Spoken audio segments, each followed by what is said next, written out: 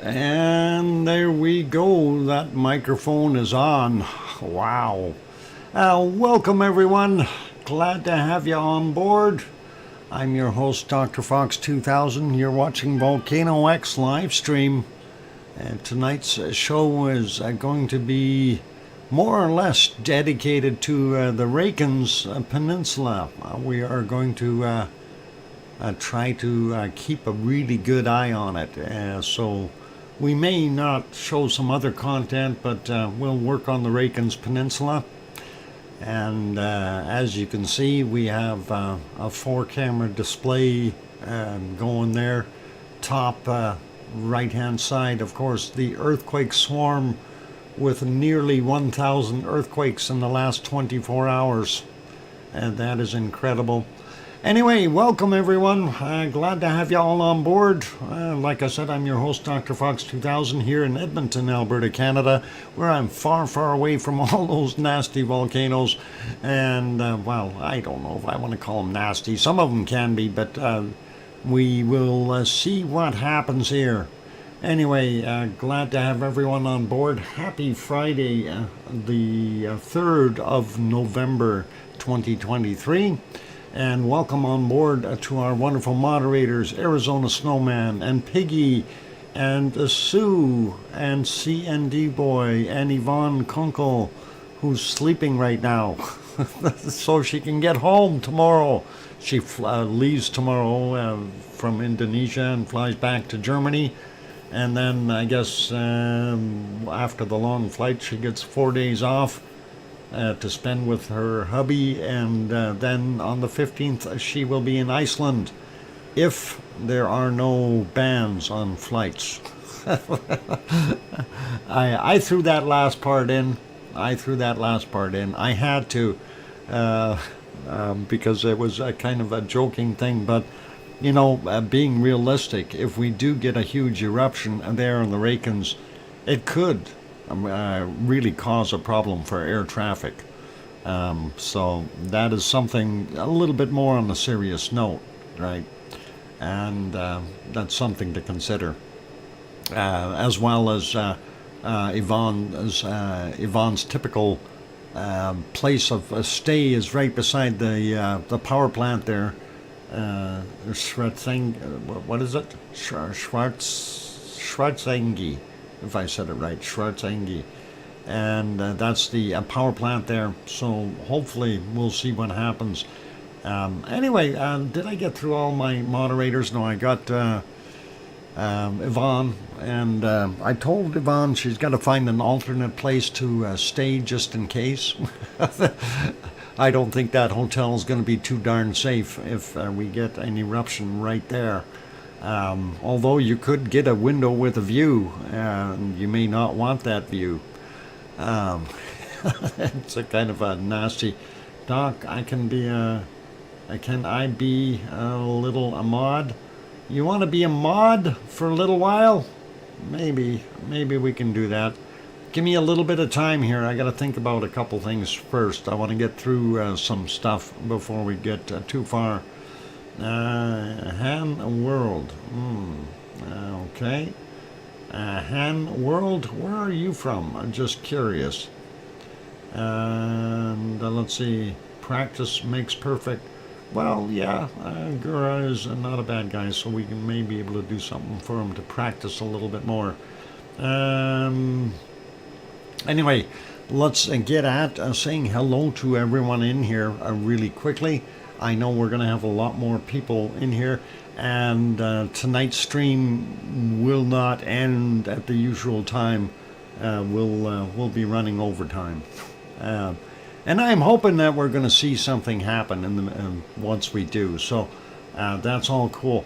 From Amsterdam. I have changed my name. Oh, okay. But you're from Amsterdam. In Holland. And let's see. Who else is in Holland? Hermione is in Holland.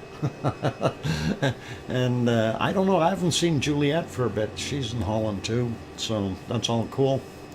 And awesome. Anyway, clear skies. Yep, they do have. Well, they don't have clear skies, but it looks not bad there. Um, so, yeah. Anyway, let's say hi to everyone. We'll start out with saying hi to. Boy, the chat's moving pretty quick. Ariane and Dan and David Brewer, which is Astronomy Live Stream X, and of course Gura. And Gura, yeah, just we'll do this for today only, Gura. Okay, just for today. So don't get it in your head. We'll just put you down there.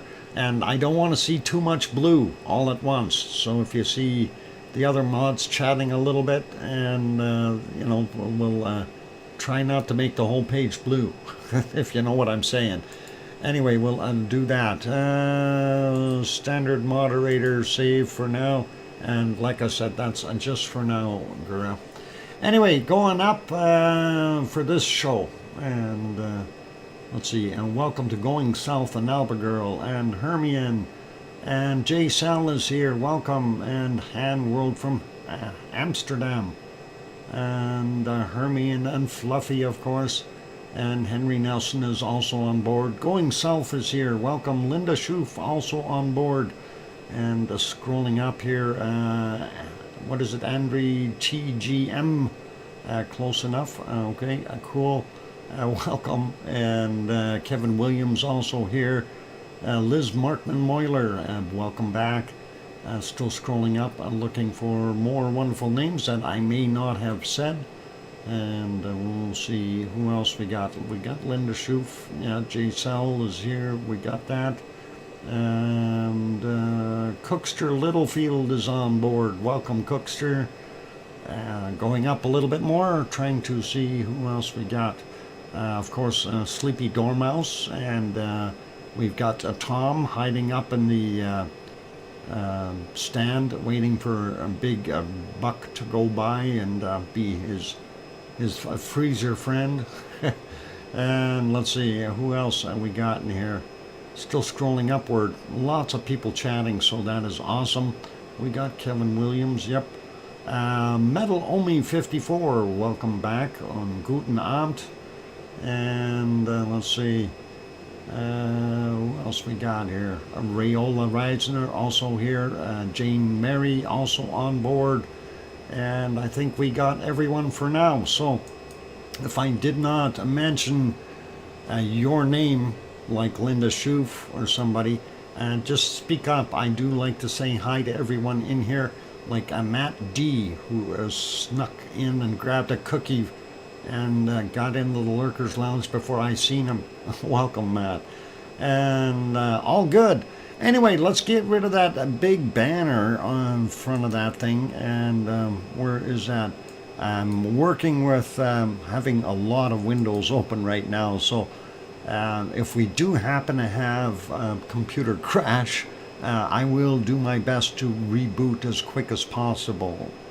So just so you're aware of that. So don't run away. We will get back on there. It usually takes about 5 or 6 minutes and we're back. So it's not all that bad. And then we fix things as we go. And by the way, I got everything off the roof. So let it snow. I don't care.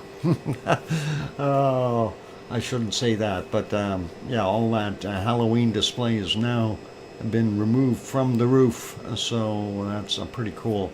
That's a lot of work, a lot of weight.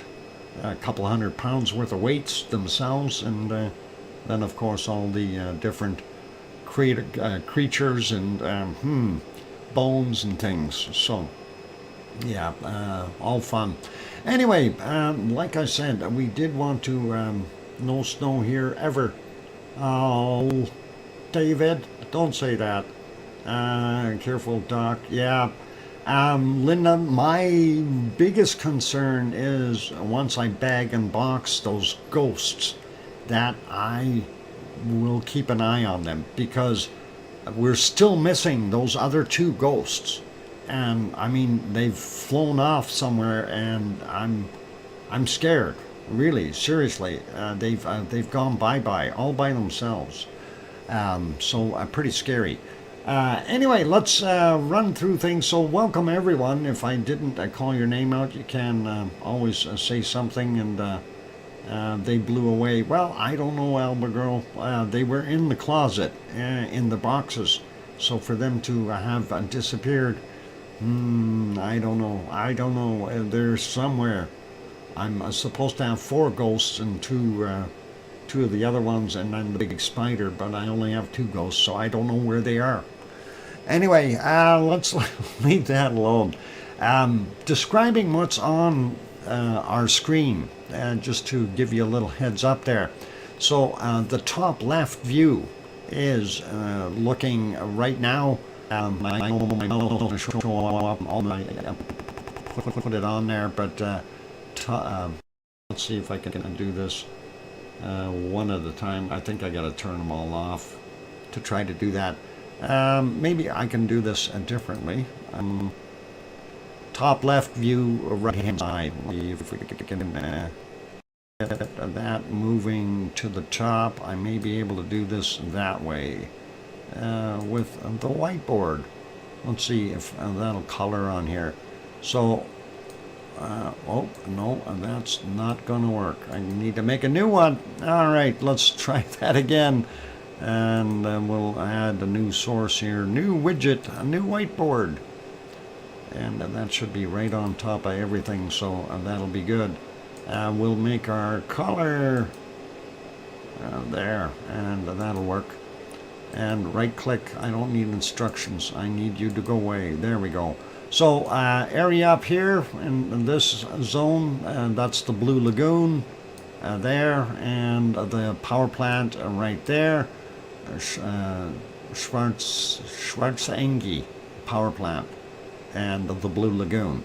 And of course we are up on Thorbjorn, and that's what we're looking at. In the bottom view right underneath that, there's the power plant and the hotel, and here's some lights that you don't see, but that is just on, well, over there. Oops.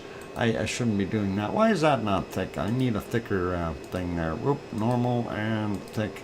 And we'll clear it all. But anyway, that's the Blue Lagoon right in there, and the power plant.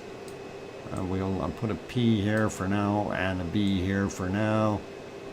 Okay, just so you can kind of make a difference with that.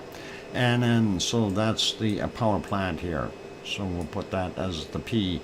And you can see both of them in the bottom one here, off in the distance. That's where they are. So this bottom right hand side, that is the shot from the Reykjanes Peninsula right beside the lighthouse. You can see the lights of Grindavik over on the right hand side, and the 2 radio towers. And then of course that light, the circle with the light around it, that of course is our wonderful Blue Lagoon and the power plant. And then of course the top right hand screen, that is our wonderful earthquakes. And we're going to have a look at those and try to figure out what exactly is going on. It's pretty crazy. And Judy M is also on board. Welcome, Judy. And oh, mummy of hamsters. Hi, my lava family. Awesome that you guys are able to pop in. And Piggy, membership, 21 months. Oink. Not here for long. Okay, Piggy. Hugs, and hope everything is good. And hope you're doing all right. And just take it easy and do what you need to. But Piggy, do say happy birthday to Hermione if you see her in the next day or so. She has got her birthday. It's on the 4th, and I don't know when the 4th actually comes for you guys. It might be the 4th already, but anyway, looking ourselves, we're not seeing anything right now as far as the eruptive activity. I mean, I'd love to see something. The area that we're looking at in over here in this area here, and that's got about 6 centimeters of uplift. Okay, and that's what we're saying. Whoop, where's my thing here? cm 6 centimeters, and there we go. So that's in that area, that general proximity, and that's in the last 24 hours. Okay, so that is a fair amount of uplift, and it really is kind of wild to see that. Let's see if I can clear that though. Settings, clear, there we go. All right, so that was a scary thought. And we do have to think about, you know, what's going to happen. Which way is this going to go when it does pop? You know, everybody is saying it's going to. We have basically quite enough to push through an eruption yet. We need, I think we need anywhere from a 2 to a 6,000. So I think that might be what we need. And something is dragging here. I don't know why I've got not enough video going through, and I wonder what is causing that. Hang on here, I'm trying to see what we got going on. That one is behaving. Well, let me do this. We're going to leave that screen for a minute, and we're just going to go to this other one, and we can get rid of that. Thank you for watching thing. We'll get rid of that. Okay, we'll let that one go back and forth here, just so we're looking at that right area. The missing ghost did it. You know, Henry, for the life of me, those ghosts have really got me. They really do. I'm wondering what's going on. Sound audio? I hope the audio is okay.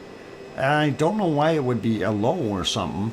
I don't know. I'm still seeing that my bit rates are right where they should be, and as far as audio, everything should be dead on here. I'm watching the meter deflect properly on the thing, so hopefully everything is coming through okay. Anyway, yeah, so looking at what we've got here, we could see a potential eruption pretty, and I'm hoping that things will get fixed up here fairly quick, and we'll find out where it's going to actually pop up, or we'll see it, one of the two.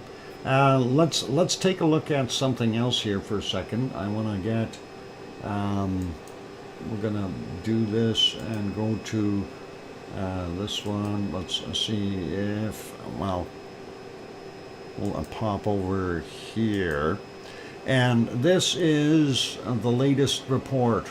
Okay, this is the latest one. There is another one. We could look at it. Let's actually look at it first, because it talks about the earthquakes, and it's the Reykjanes volcano update. Earthquakes picked up, risk of eruption increases. And when we're looking at this chart, and right in here, this is what was going on this morning and during the course of the day. And you can see the larger quakes building up higher in, you know, here's our surface, here's 5 kilometers down. So definitely magma sitting between, well, we're thinking it's 3 to 4 kilometers down right now, under the BMW and the power plant parking lot. Is that where it's going to erupt, Tom? And that should happen in any time. T minus 1 hour and 19 minutes for the eruption. That'll be cool. Yeah, anyway, we're seeing that at the higher elevation with there. Anyway, I don't know what else they had for shots. Oh, nice shot. Crater terrace from Piso. That's nice. I like that shot. Okay, let's leave that one be. Anyway, so what they're talking about here, the seismic activity has picked up significantly today. Over the past 24 hours, there have been more than 500 quakes of magnitudes up to 4.3 on the Reykjanes volcano. And, well, that's what they're calling it. There is no name for it yet. I was thinking of calling it Schwarzbuster, but it's okay. Anyway, 4 quakes above magnitude 4, 15 above between 3 and 4, and 63 between 2 and 3, and 456 below magnitude 2. So that's quite a pile of earthquakes in there. The strongest event, magnitude 4.3, occurred 4 kilometers north and northwest of Grindavik this morning at 8:06 local time. The stronger quakes were felt widely in the area, and not only has the number of quakes increased, but also the number of quakes at very shallow depths, along with the latest pardon me.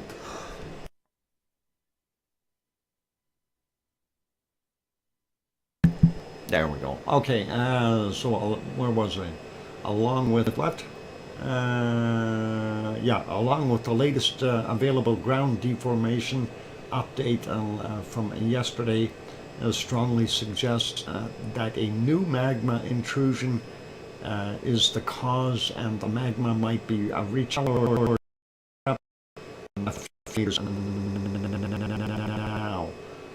In other words, the chance of a new eruption in the near future is probably increased, according to this particular report. I'm cutting in and out. I didn't know that. I should be okay now, I hope. Anyway, here's the other Reykjanes Peninsula report.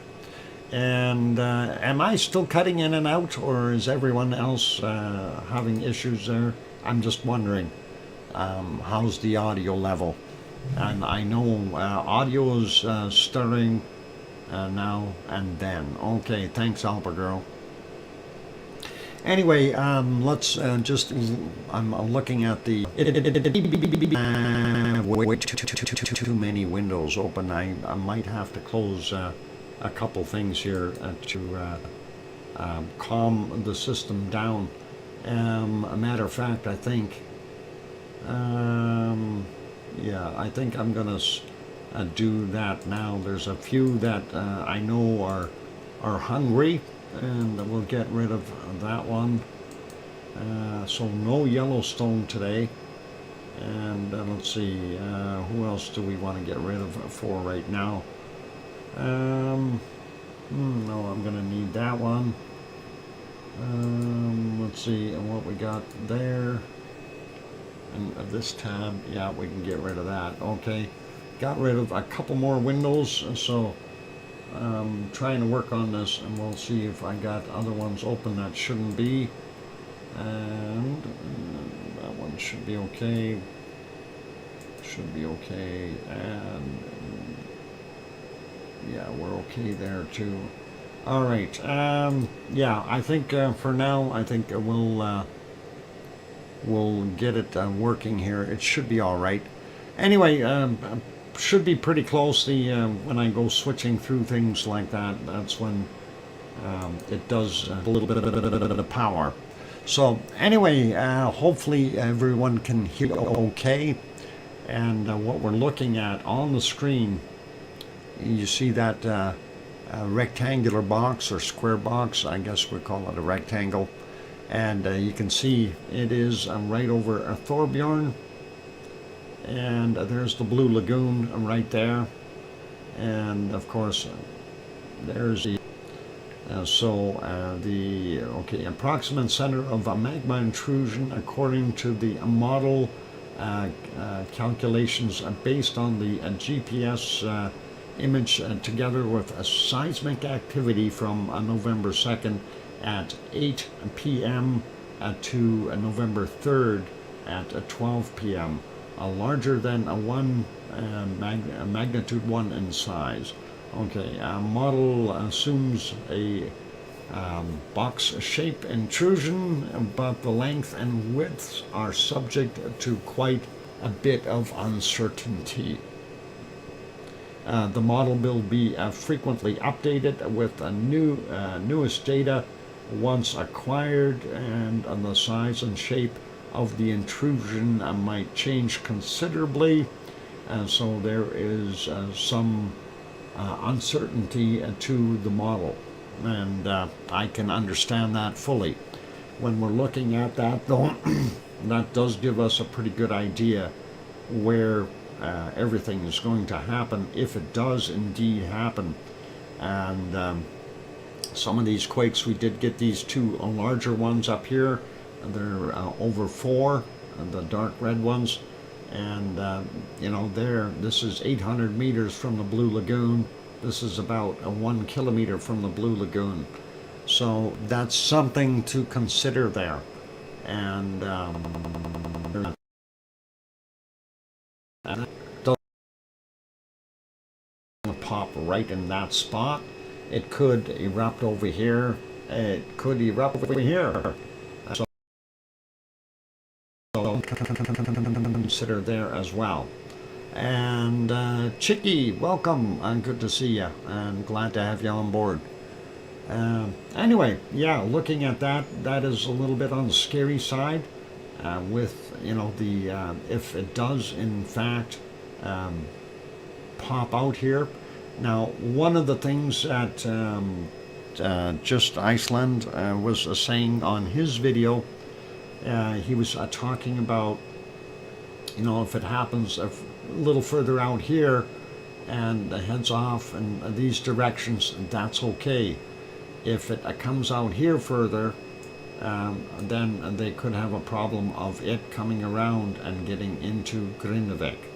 If it happens here, of course, that's a whole different kettle of fish. That could cause issues there. And as he put it, if Grindavik gets overwhelmed and the harbor gets filled up, that's the end of Grindavik. So that's something to consider, and that would be a real shame. It would be a tragic loss. So let's hope wherever it pops up that it's going to be controlled somewhat, and they can do something to keep it from destroying any homes and any livelihoods. So yeah, that is pretty heavy duty there. So anyway, let's see, did they have anything else on here? No, some nice flowers, and just to make you think about it. All right.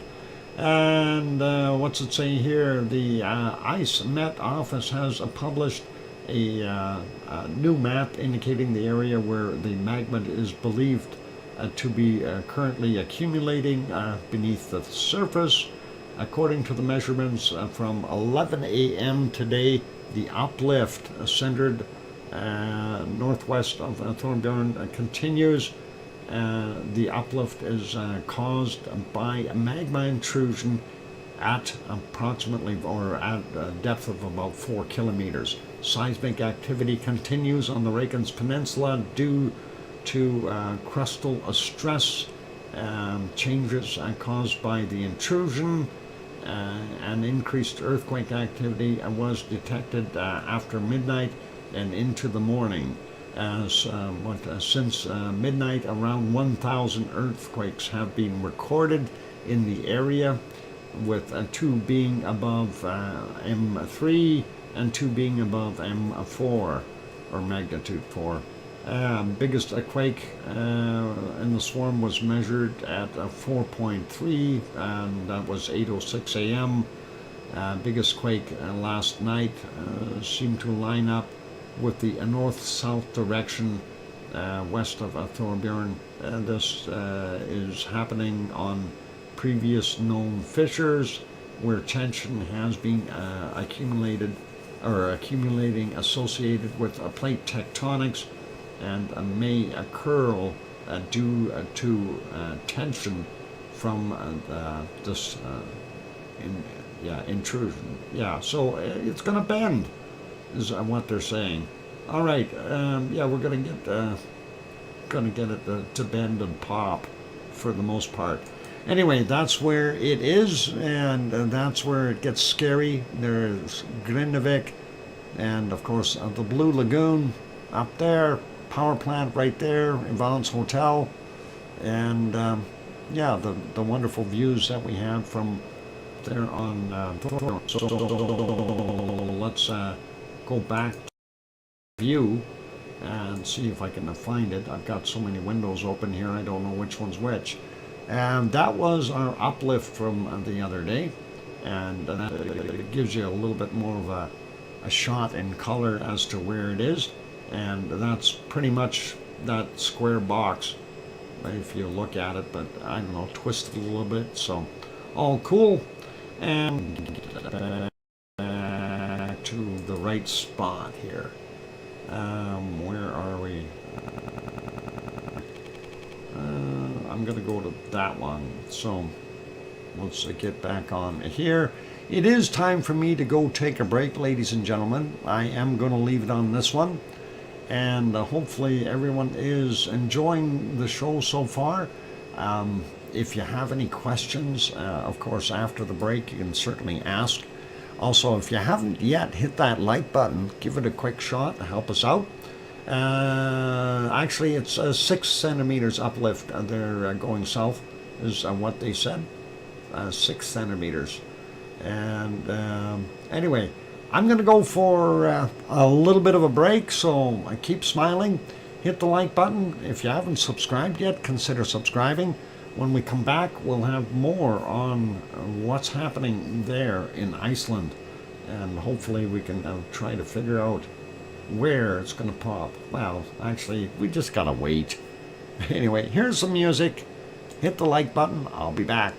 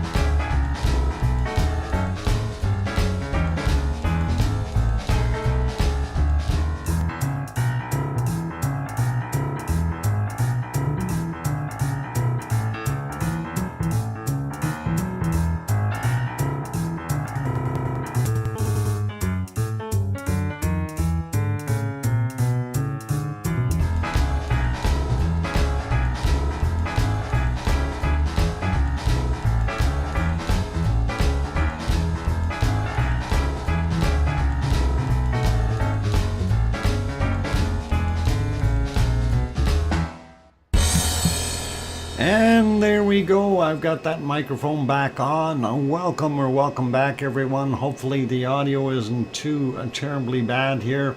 I know what's causing the problem. I figured it out. It's the one website here that has almost 1,000 earthquakes showing on it, and it is bombarding me with updates. So now we know where it is. Anyway, we'll maybe get that one off the screen soon. We're going to go look at it right away, and I'll see if we can kind of move along without it for a little while. Wait, I'm gray? Hey, Grandma B, gotta find out why. Why are you gray, Grandma B? Cookster's gray too. Anyway, thank you for the welcome backs from, and I'm trying to read back here to see, let's see, from Connie Tyree and Sue and Jane Mary and Mark the Shark and Kevin Haynes and Hermione and Fluffy and yeah, that slowed my computer down all day. Okay, Henry, that is probably the problem. And thanks, Cookster. And let's see, who else? Oh, Mummy of Hamsters, thank you. And Ariane, thank you as well. And going south, that earthquake still broke my Mac many times. Okay. Yep, that is what I'm thinking the problem is, and it's just a little bit too much. But let's, thanks for the welcome backs, everyone. Let's get at looking at it directly, and then we'll see if we can maybe change that out for one of the other sensors or something, and we'll see what we can do. Anyway, let's go to that page, and we'll actually have a look and see what it's doing there. So here's the quakes, and as you can see, it's dropped a little, 964 quakes for the last 24 hours. You see where the majority of this is. I'm going to just try to zoom out a little bit, if it'll let me. Oh, it went way too far. But it shows you how far out on the Reagan's Ridge this is going as well. And that is something to consider there. We may switch over to one of the other earthquake maps to try to accommodate this, because this is just absolutely crazy with this site. We'll see what we can do. Anyway, zooming in a little bit. Oh, I don't know.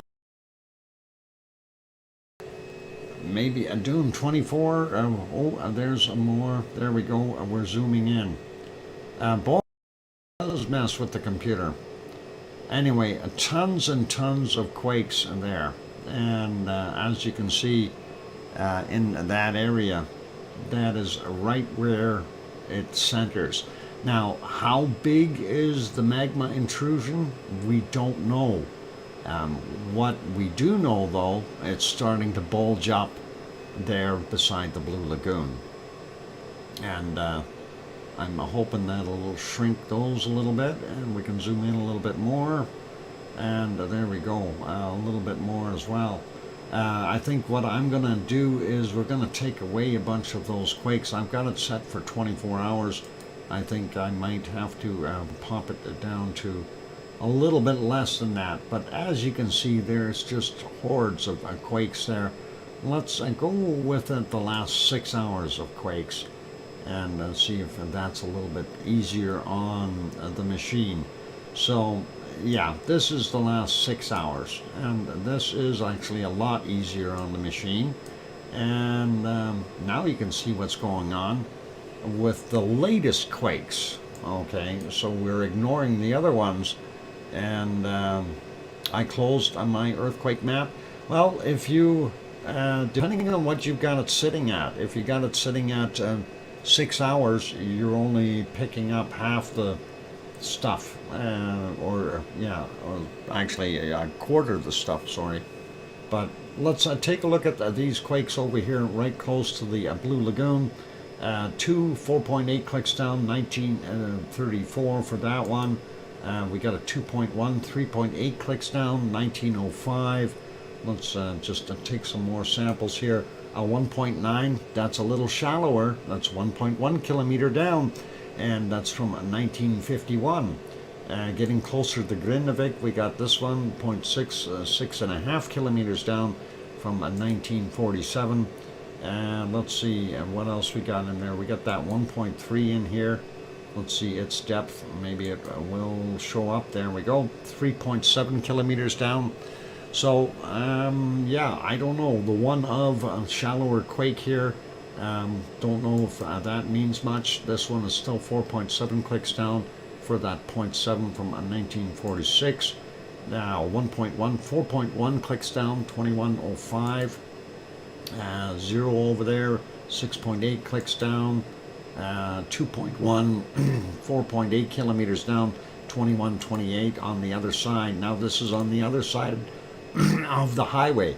This is where the uplift is and where the likelihood of the magma intrusion will pop through. But this is on the other side behind the hill, or right on it. So Grandma B throws in a $5 super chat. That is awesome, Grandma B. And thank you very kindly. I'm trying to get that written down. Grandma B, and throws in the $5 super chat. Thank you very kindly. Appreciate that, Grandma B. That is awesome. And thank you. All right. So, yeah, the no, I want the 2 point, whatever it is, the latest one here, the 2.4, 5.6 clicks down, 2317 there. So, kind of makes you wonder. The 2.1 here, 4.7 clicks, or 4.8 clicks down. That is right on top of the hill. The ones behind the hill, I don't think are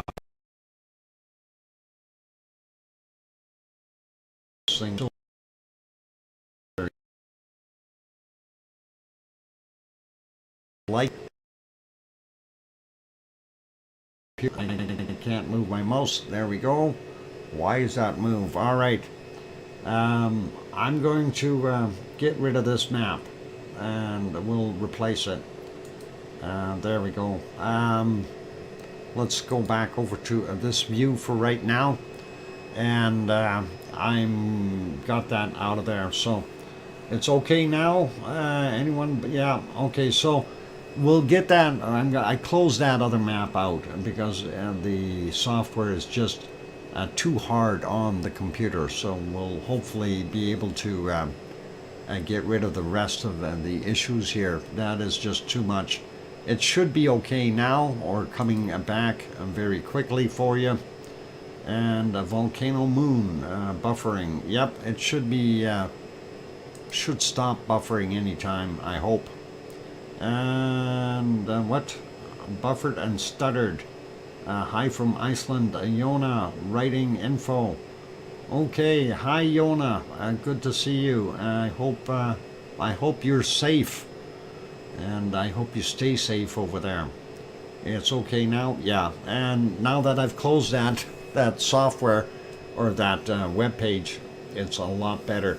That is hard on the computer, so it does quite a bit. We'll have to, like I said, I think I'm going to put in one of the other, well, maybe we'll do the Grindavik chart in there instead, and for the multi-view.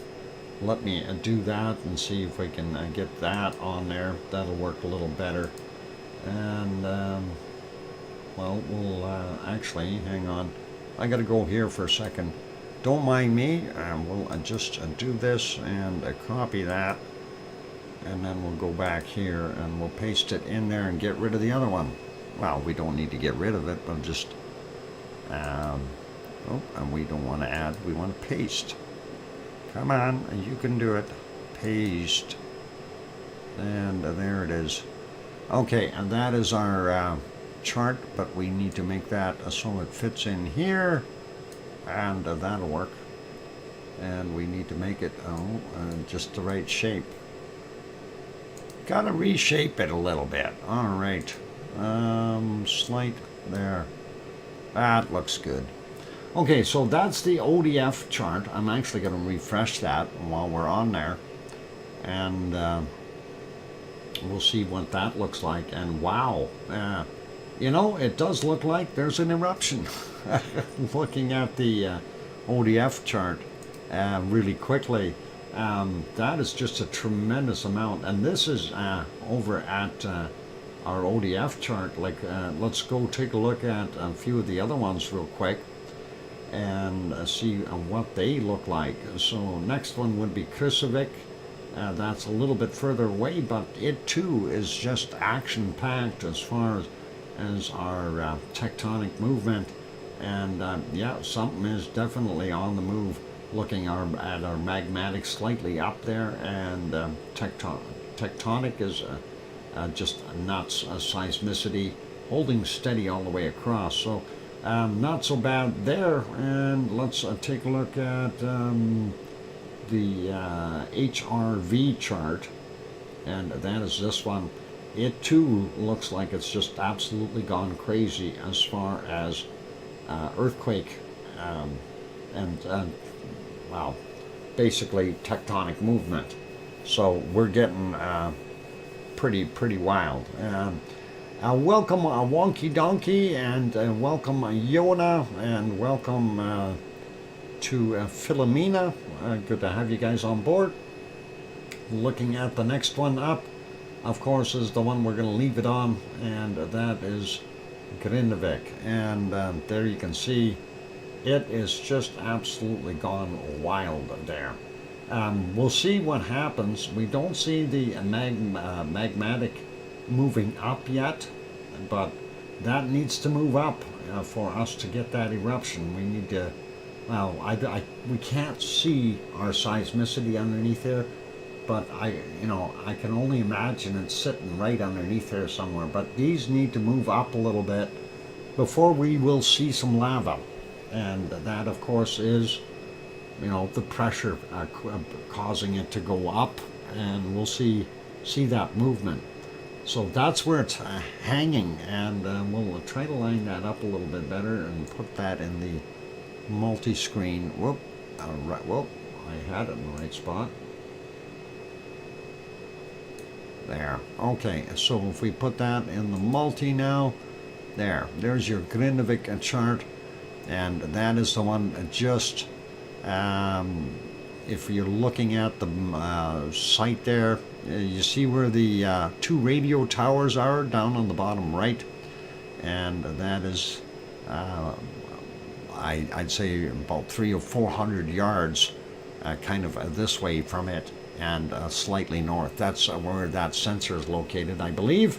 So that would be right in that proper area, and that is just absolutely crazy as far as the amount that we're seeing there. We'll do a refresh on it just to see if we can get it. I guess it doesn't want to. It didn't. Anyway, that's okay. Whiskers crossed, it moves east and goes back to Ragnar. I'd like to see that. Oh, mummy of hamsters, I really would. The thing with that is I don't think it will. If it's 3.5 to 4 kilometers down as far as the magma is, that could still travel, and it could get over onto the other side there. On the eastern side of the highway, but I don't think it's going to do that. I think what we're going to see is an eruption there by the Blue Lagoon. Yeah, that actually, Grandma B, that would be very bad if they had a eruption there.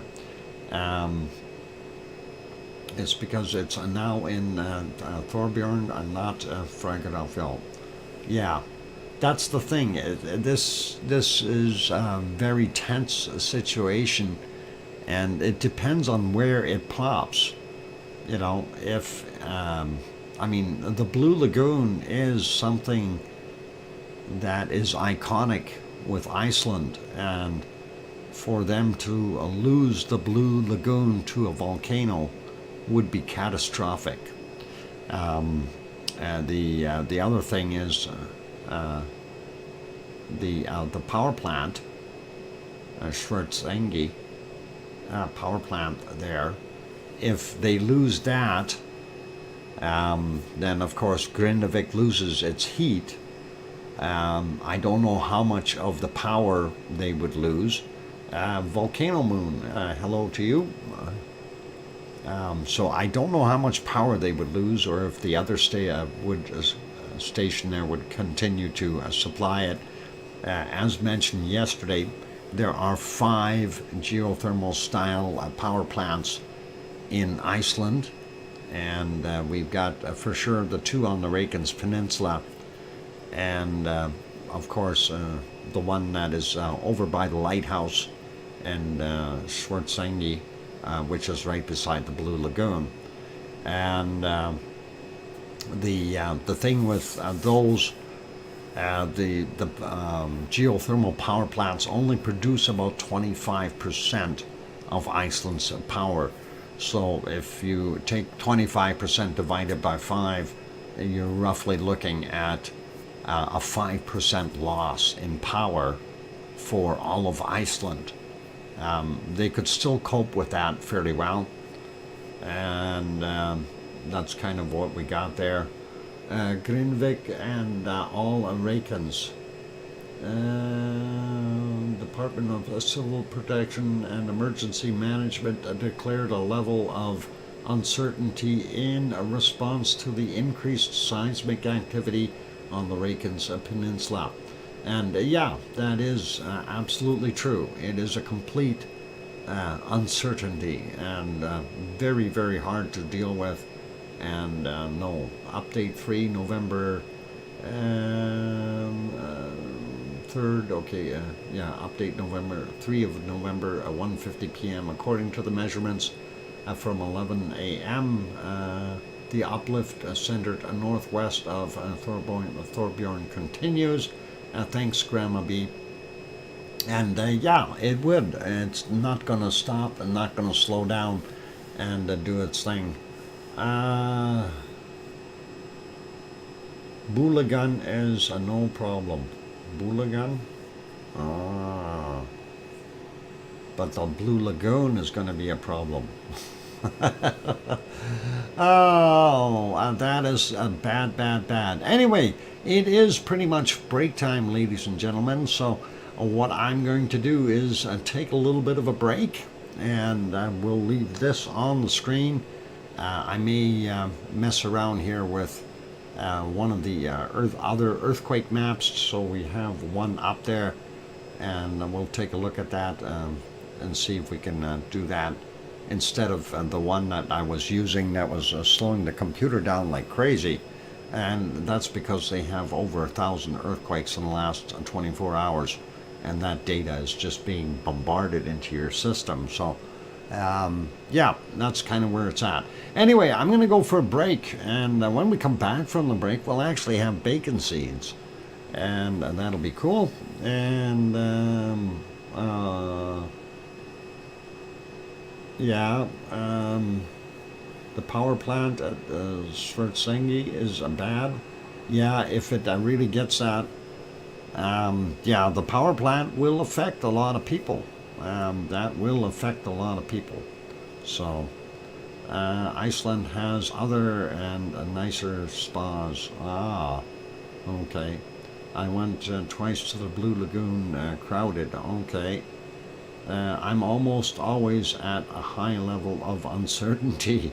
Awesome there, Sleepy Dormouse. And before I get too uncertain, I am going to go and put that back on the other screen here so we can see the lighthouse beacon go by. And I'm going to go turn the music on for my break. don't go away. Keep smiling. Hit the like button if you haven't done that as of yet. And we're going to keep going here with our stream to update our stuff on Iceland.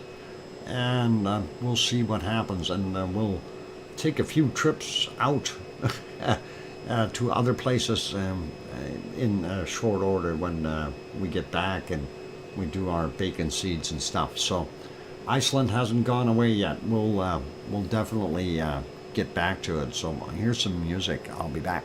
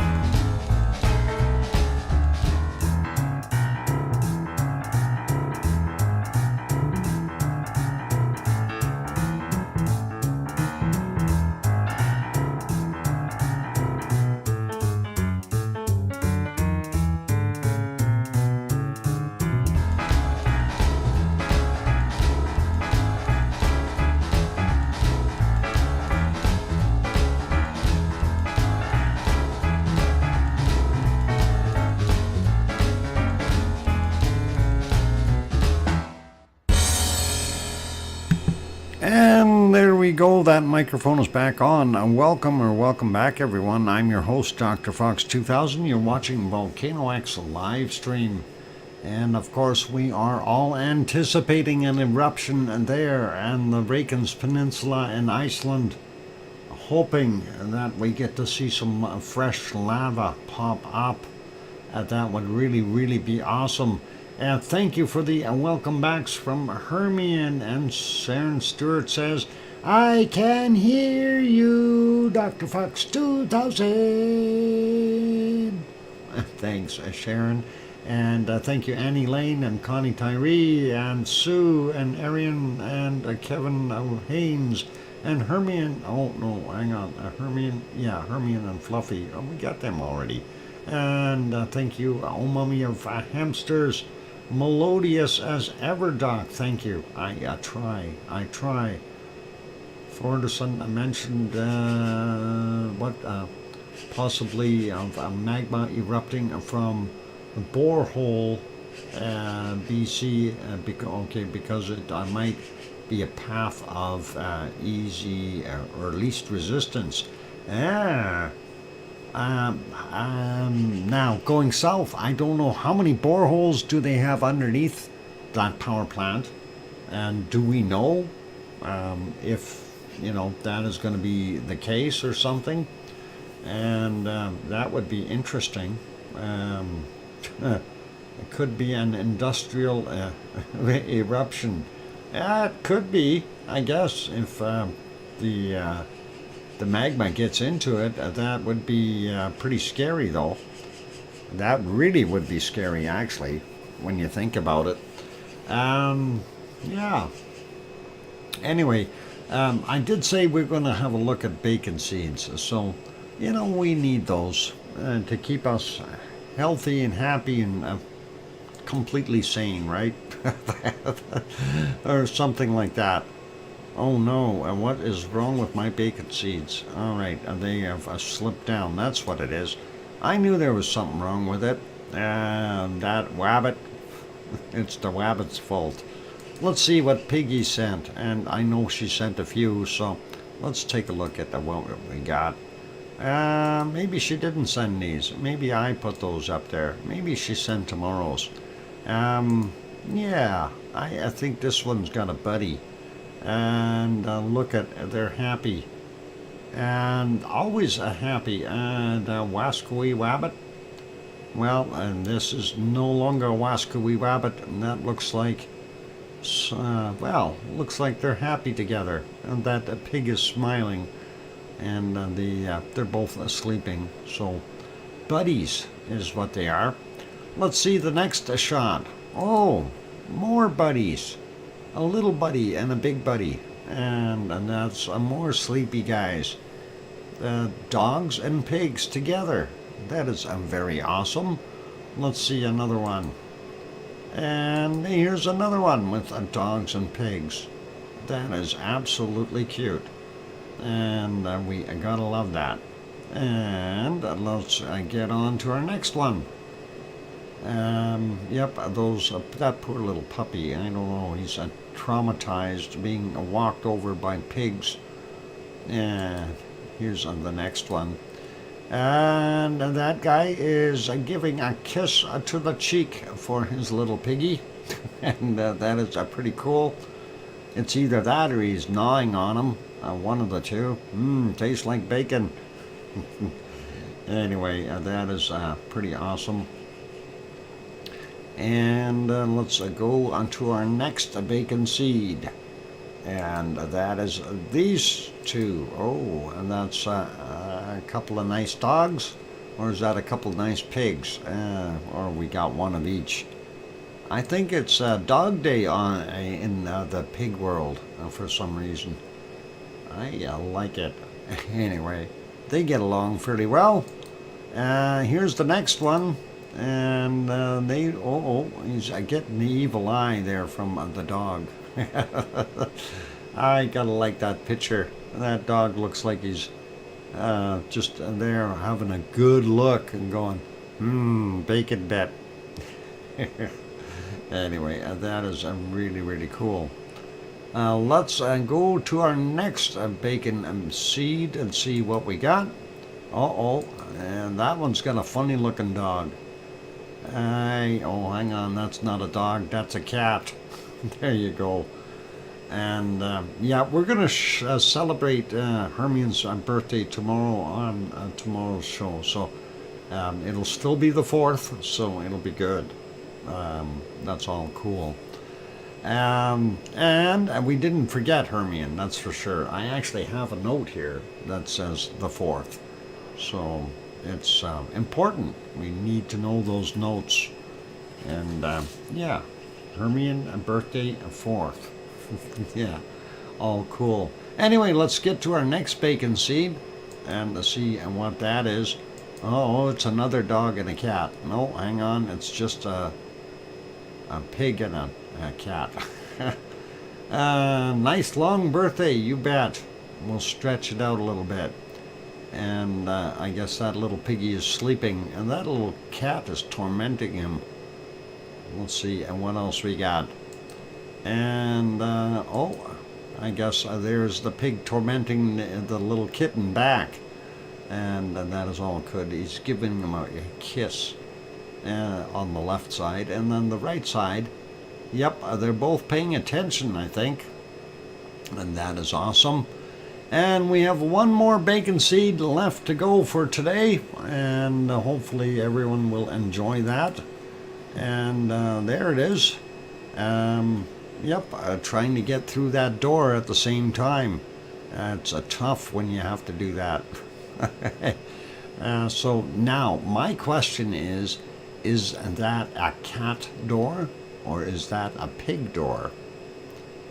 That is the question. Pig cat door. It's a pig cat door? What if they have a dog as well? So is that a pig cat dog door? I don't know.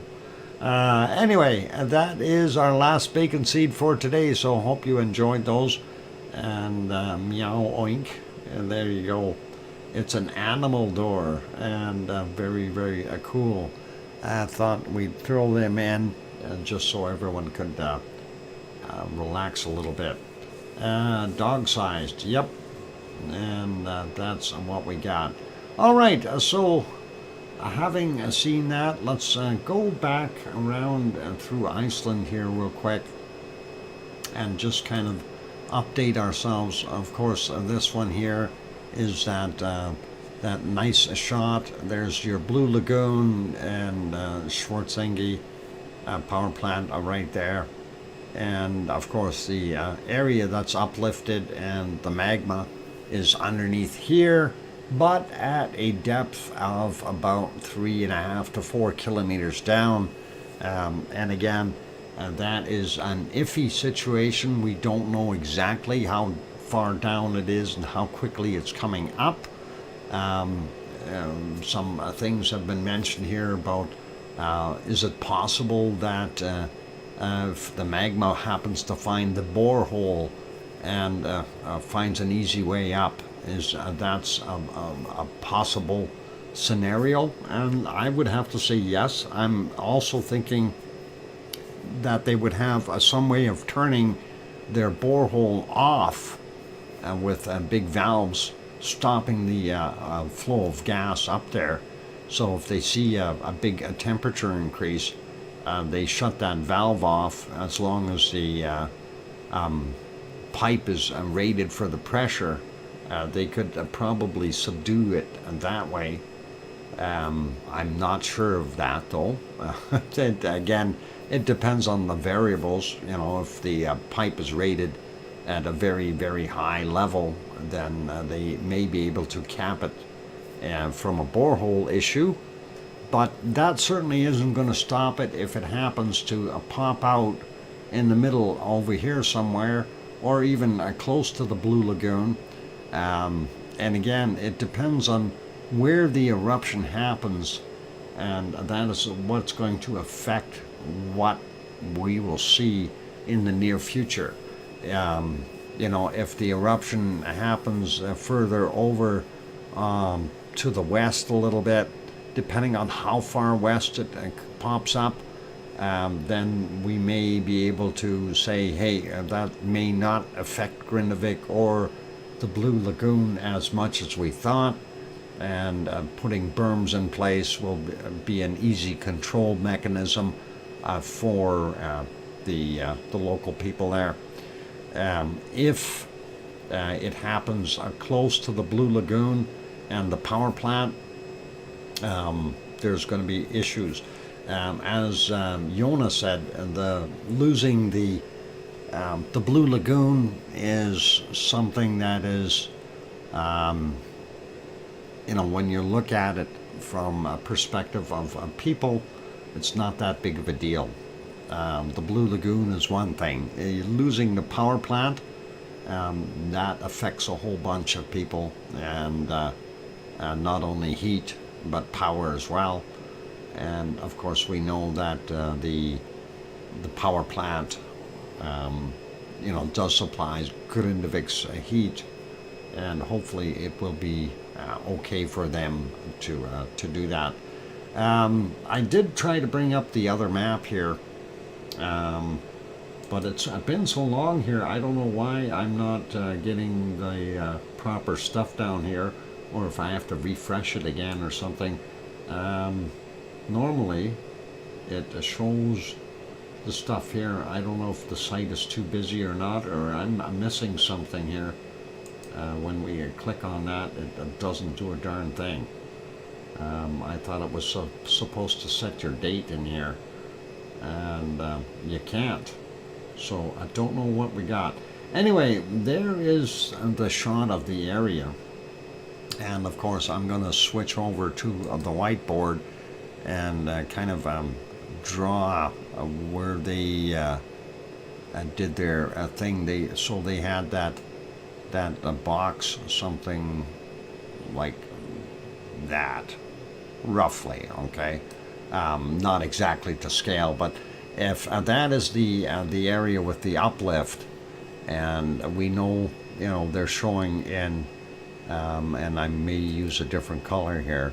Give me a second, and we'll change that to a red for a second, or something like that. Red, there we go. If it happens, well, it depends on where it happens. If we get an eruption out here, not good for Grindavik, okay, because that lava could flow this direction. Not good.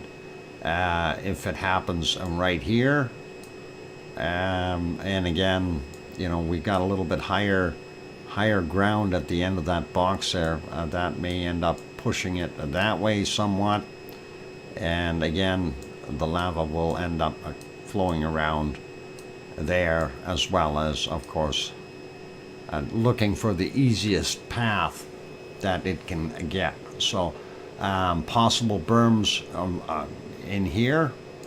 This is something that would be a consideration if we did get an eruption there.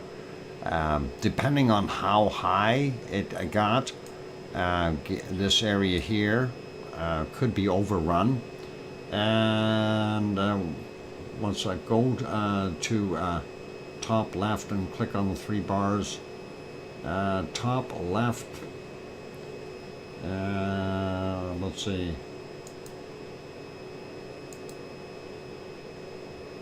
I did click the three bars. Well, go to the top left, click the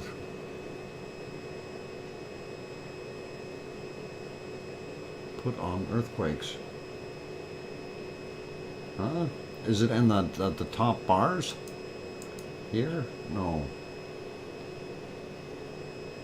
Which one is earthquakes? I thought this was the one for the earthquakes. Because you got your filtering on here. I don't know what, it's a 360. I can't, mine doesn't translate, so I'm looking at what we've got here. I don't know if that just shows the layers. Different layers. I don't see an earthquake layer though.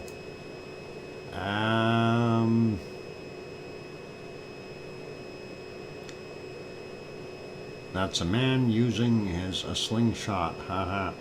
Okay.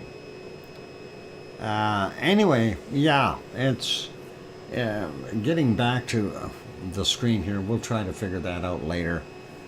But yeah, the three bars up top, when I click on them, that's what they open up, and I don't know what the earthquake actually is. Is it this thing on the bottom here?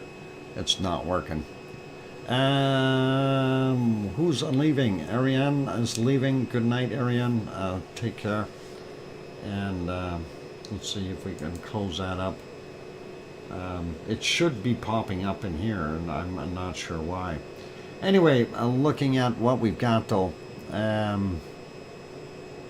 it's interesting to see if we get any of those scenarios. Now, again, we do have a possibility it could pop up over on this side.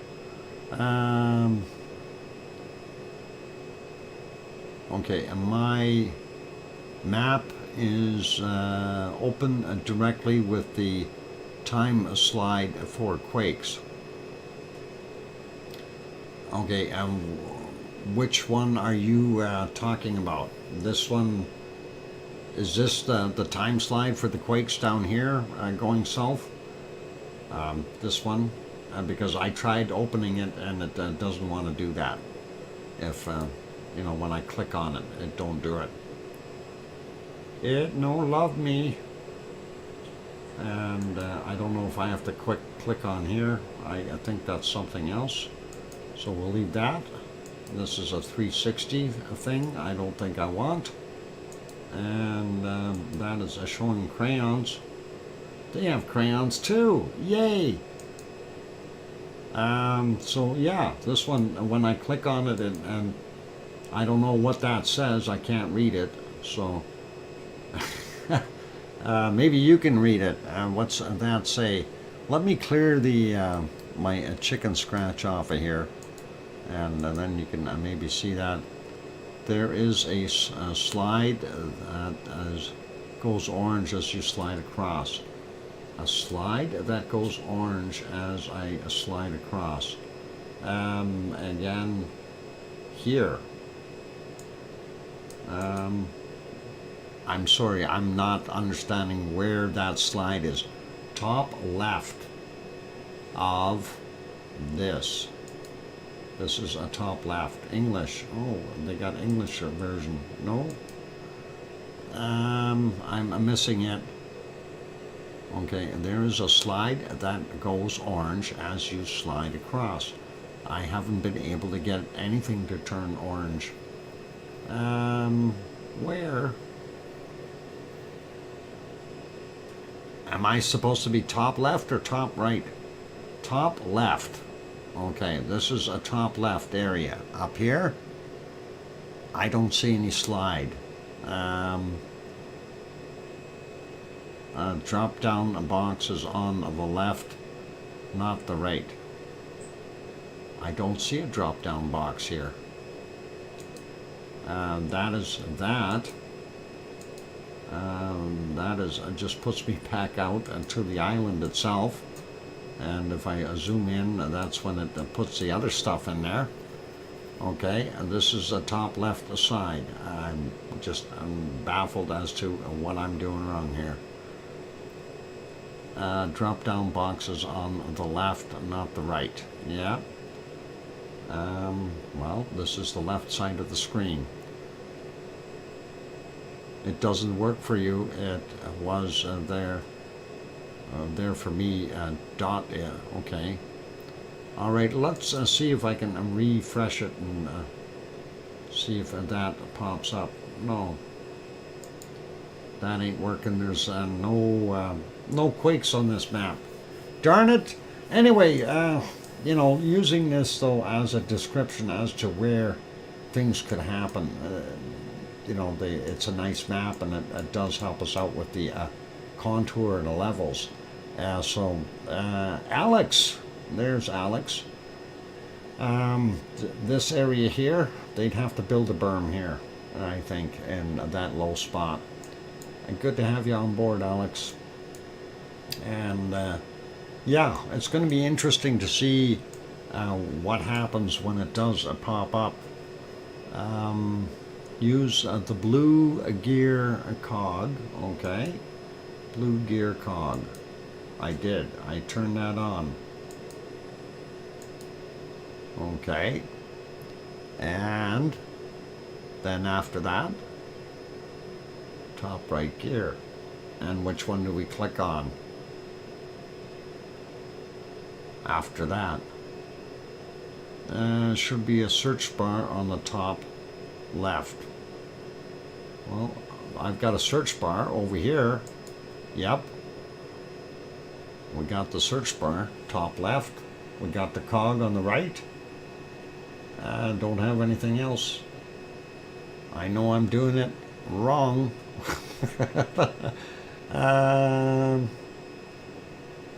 Okay.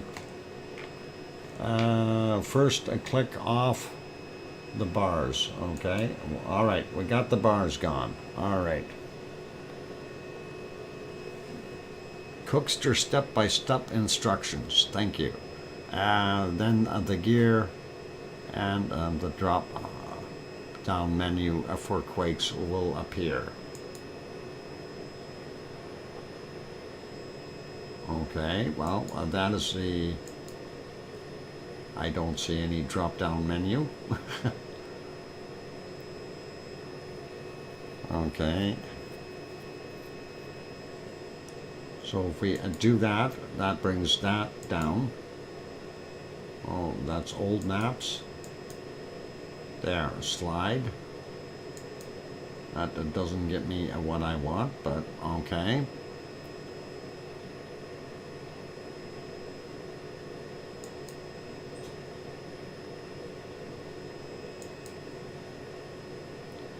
Different neat things, but not what I'm looking for. All right. What? It's odd. It doesn't seem to appear for you. Yeah. Well, it's something has gone wrong. That's what I kind of figured. Maybe it's a different. I'm on a phone. Okay. I don't know. It's weird. Okay. Now I refreshed it and it put everything back on. It used to be down here. You clicked on this here, and then you could select your dates for how long it would be. And I don't know what this says, so I have no idea. It's not translating, and it's all okay. Anyway, let's leave that be. We'll use that just as a reference for now. So when we're looking at Iceland, we'll worry about that in a bit. Anyway, that is what the view is there like in Iceland right now. No eruption as of yet. It is time for me to go take another break. I'm going to put the stuff back on here. We'll leave that going. And we see the 3 screens that are active. Actually, I'm going to refresh the harmonic tremor charts here and just real quick, so we have that up to date, and there you go. And it looks like it's still got quite a bit of activity going on. I need to go to sleep a bit. Okay, Hermione, you take care, and good night to all. Okay, Yona, rest well and stay safe. Okay. And good night to Hermione, and I'm going to go take a break. So for those good people who are here, if you have not yet hit that like button, please do consider doing that. You know what? What's a bit odd? What's a bit odd, Alex? Please tell us. I'm curious. And there's all kinds of odd things. Okay, Derek Bagley, good night to you, and good night, Hermione. Yeah, I'm not going. I'm still here. Hermione is leaving, and Yona was leaving. So good night to them. I've been home for the past couple of hours and not felt a single quake. Yeah, that's probably because you haven't had any big ones yet. Wait. Actually, I think, Alex, I think the rock busters already busted the rock. I think what we're going to see now is just that magma slowly working its way up. I think the bigger ones there that were well over 4 were basically the rock busters, and they've done their job already. And the magma is slowly moving upward, and that's kind of what I'm figuring. Now, something is a little odd. I don't know if that's a shadow being cast, or are we seeing in the bottom right hand side there where the towers are, is that smoke coming up there, or steam? When the lighthouse beacon goes by on the bottom left or bottom right screen, we see that kind of flipping by there. That looked a little weird. Which one do I have that in? Might be in here. No, that's not that one. Why is that one there? Oh, that's a different one. Okay, let's leave that one alone. I'm trying to locate what scene I put it in. Darn it. Never mind. I'm going to go for that break. I'll figure it out after the break. Was awake for that 4 point something last night and did not even the tiniest wobble to be felt. Oh, that's actually a surprise. There's the 4243. Yeah, that is quite large. I'm surprised you didn't feel it, Alex. That is kind of strange. Anyway, I'm going to go take that break, hear some music, hit the like button, subscribe if you haven't subscribed, and I will be back in 5, 6, or 7 minutes. Don't go away, you guys. Thanks.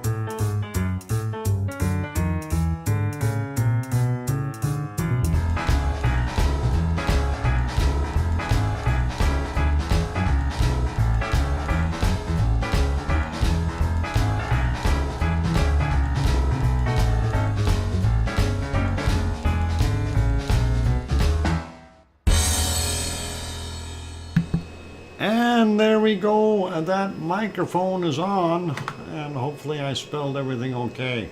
There we go. Irish Monk, welcome, and thank you for gifting that one membership, and congratulations to Cookster Littlefield, who had just got turned green. That is awesome. And thank you for the welcome back there, Kevin Haynes. Hopefully I'm coming through. And let's see, my audio should be okay, I think. Bit rates are okay. And thank you, Kananaskis Country, as well as I Hear You, DrFox2000 from Sharon Stewart. And Billy Bob Joe is here, and welcome. Glad to have you on board. And good stuff. All right, so yeah, I tried messing with that thing during the break there. It still wouldn't give me the other shot there. So for the earthquake map, we'll have to play with the other one. And I think it's just the volume of quakes that are coming through that is causing the issue, and the amount of stuff I have open. And I noticed that before when we have those quake swarms. There's a lot of updating going on. Anyway, so yeah, we did have a look at our bacon seeds, and we were going to go take a look around a little bit. Thank you for the welcome back, and there's Sue as well. And I think I've got everyone Irish. I've been worried about you with the nasty storms. Yeah, I'm kind of wondering why he's laying low. I hope you're doing all right there, Irish Monk. And we do worry a little bit about not seeing you there too often. And Alex, I don't think you can send what the seismic slide is on the map option. Okay, a map option. I'm sleepy. I'm not sure what you mean by that. I'm going to go back there to that map. And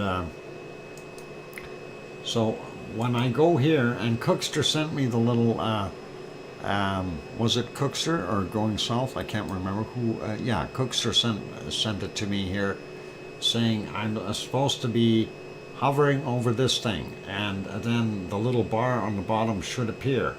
Well, I'm hovering over it. It's not doing anything. And that is typically there. And is that the map options? And when we go on it, I don't know if it says options there or not, but I don't see them. And just I'm not sure if the map is broken or it just doesn't want to give me anything, or what the case is. It doesn't matter. We need to have that open, and I'm just not seeing it for some reason. So it doesn't love me today. I'm not going to worry about it for right now. We got to carry on with the show and get some of the other things going on here as well. And we'll take you, yeah, the bottom thing, and that doesn't work, Sleepy. It doesn't.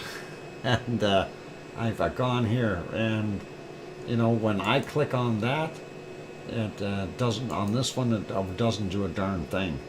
I don't know why. And it's not till I zoom in a little bit that I think it does bring up something. No, it doesn't.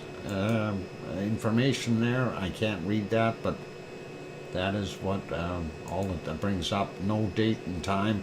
And I know it used to be in here, and it is broken. Oh, on the map. On the map. Okay, I'm on the map. I'm sorry, I missed something here. Yes, the bottom thing. That's right, the bottom thing. We don't see anything here. What do you want me to do on the map? We got one of these. We don't need that there. If we click in this area, it doesn't do a darn thing other than zoom in. It's not working, Sleepy. It should be in here, right? That's where it should be, but we're not seeing it. Anyway, like I said, I want to get some other stuff done here. So let's get at these things. And I've got so many windows open. I'm trying to keep sanity here and not confuse myself. And there we go. This is a Popocatépetl. For some reason, I need to update it again.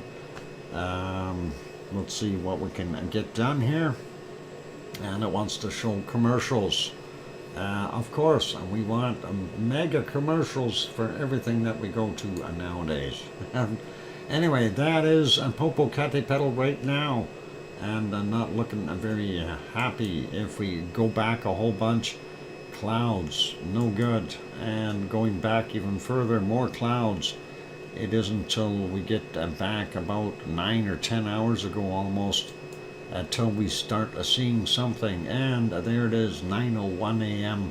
and we do see some heavy off-gassing and pluming.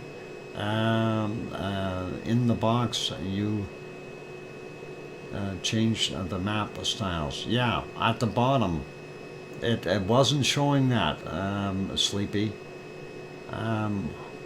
Okay, I'm done with that map for right now. I'm got to go show some other volcanoes here. So we'll try to, I know it normally shows up, okay, and it wasn't showing up for me today. Anyway, going back a little further, we see a little bit more coming out, 811.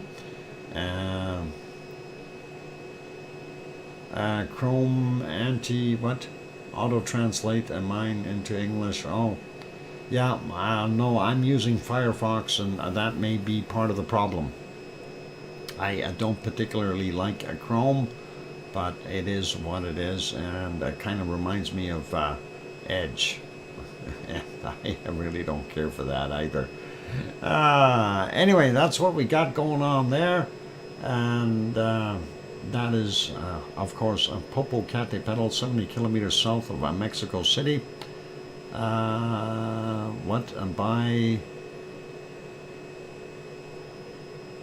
we don't need you anywhere.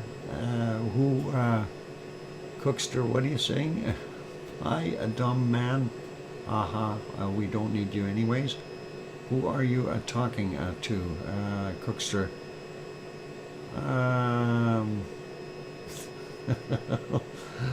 Oh boy, I don't know what's going on there. There's an island of Japan. We don't want Japan, or is... I don't understand what's going on here. The map. Oh, yeah. Oh, that's what's hiding. Oh, it's a map hiding behind there. Yep. I see it. I see it. And no, it's that stupid heart thing that was on there. This thing. Whoop. Giving me lots of those. Anyway, that's in the way. Not man. Map. Got it. Got it. I got things on my screen that make things happen. Oops, caps. Yeah, it's okay. It's okay. I got it now.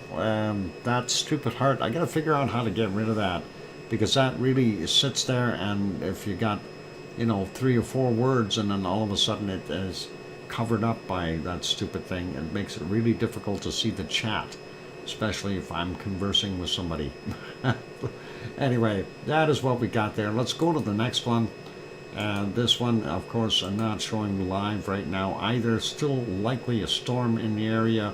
This is a Fuego in Guatemala, and I don't think we're going to see anything. It's a volcano gray all the way through, and unfortunately, so no looking at Fuego today. And let's make that one smaller. Go to the next one.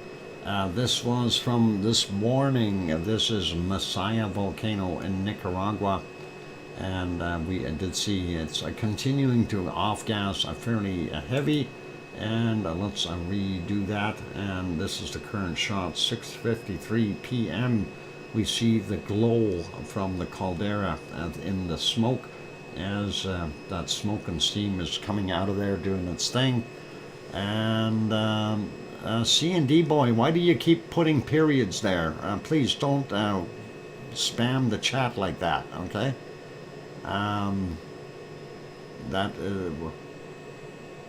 Yeah, no, I don't need it right now. Please, thank you. It's all good. Yeah, let's leave that be. Next one, we're going to go look at Recon de la Vieja. I don't think that's going to load. We'll leave that alone, and let's go to our next one. This was from very early in the morning there, and let's click on that. That is the Villarrica volcano in Chile, and Villarrica was looking pretty active with this, so all good. All not bad. I mean, you see that. Let's refresh it, see if it is visible, and we've got things going on now. Hopefully it'll be out of the clouds. I hate when it's not there. Come on, load up. Hurry up. Data is slow. Anyway, there we go. There is Villarrica, and yeah, we do have a little bit of a plume come out, and that is awesome that we can see it. And we even had a little bit of a Strombolian eruption there, so pretty awesome. Yeah, looks all right. Anyway, that is what we've got going on at Villarrica, and the other one was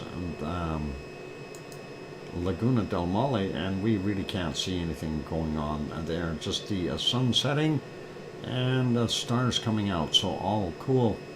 Let's go back, and we'll leave that one be. I'm going to put it back on Popocatépetl. A quick peek at some of the other volcanoes, and let's get over here to this one, and that is Merapi, and of course we see 7:56 a.m. Very cloudy, and we don't see a heck of a lot. I didn't see any lava earlier. That I didn't check very hard, but we did have a little bit there, 3:15, and let's see if we go back a little bit further. I don't know if yeah, there was one here. Where was it? Right around here. We had some bacon. Thanks, Sue, for that 2-minute warning. This is 1:27 a.m. and that is all good. And that's what we see right there. Bacon. Who likes bacon? And we all like bacon. And yeah, I'm just going back to scan here and see if there's more. But that was actually a pretty good shot. So I'll give you a thumbs up, Merapi. Well, I already did on the bottom here, but that's okay. And looking for more lava. Where is it? Well, there's a little bit more here. I think this is in black and white. So the next one here, and there you can see it coming down the hill. That was at 9:35 p.m. the previous day. So that is their third, of course, and they're on the fourth already.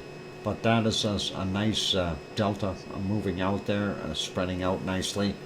And that is what's going on at Merapi. We'll leave that be. I'm going to go pop that back to a normal, and we will take a look really quickly here and see if we could see our Mount Ruapehu this morning, or this evening, well, from this morning, their time. And it doesn't look like it. If we go back all the way, I don't think we can see it in the clouds. So we'll leave that one be as well. We can see the bottom end of it, but that's it. Unfortunately, the cloud is sitting at the wrong level. So we'll make that one smaller, and we'll go to our next one. And there should be a flea market there if it's not a bad weather. Uh-oh. Have we missed the flea market? Oh no. Where are our artesian fleas? Oh boy, we missed the flea market. Maybe it's tomorrow. Hang on, today's Friday. That'd be Saturday there. It's Sundays there. It's tomorrow is our flea market. Everything has good, watchable moments today. Thanks. We hope. Anyway, this is the Taupo shot. The caldera is the lake. It's huge. Unfortunately, we're not seeing our wonderful Mount Ruapehu in the background there behind the other mountain. It does look like we have a, well, I was going to say it's a big bug, but there's a boat pulling it. That's one of those parasails, I guess, or whatever they call them. And the boat pulling the parachute. Hopefully not leaving them out in the water over there. Anyway, that is pretty cool. This is shot courtesy of the Suncourt Hotel and Conference Center there in Taupo, and you can book a room anytime. They'll let you stay there if you pay, I guess. Let's leave it as that. It's a time to put it back on the other one, and we will leave it there for the time being. And I want to refresh our harmonic tremor chart just to see if there's anything new. No, just more quakes. We see more activity there, so pretty awesome. All right, for those good people who are here, if you haven't yet hit that like button, give it a quick bop. If you haven't yet subscribed to the channel and you're sitting on the outside lurking, peeking in, hit that subscribe button. Help us out, and that'd be really awesome. On that friendly note, I'm going to go take a break. I'm your host, DrFox2000. I'll be back in 5, 6, or 7 minutes. And don't go away. Here's some music for you. Thanks.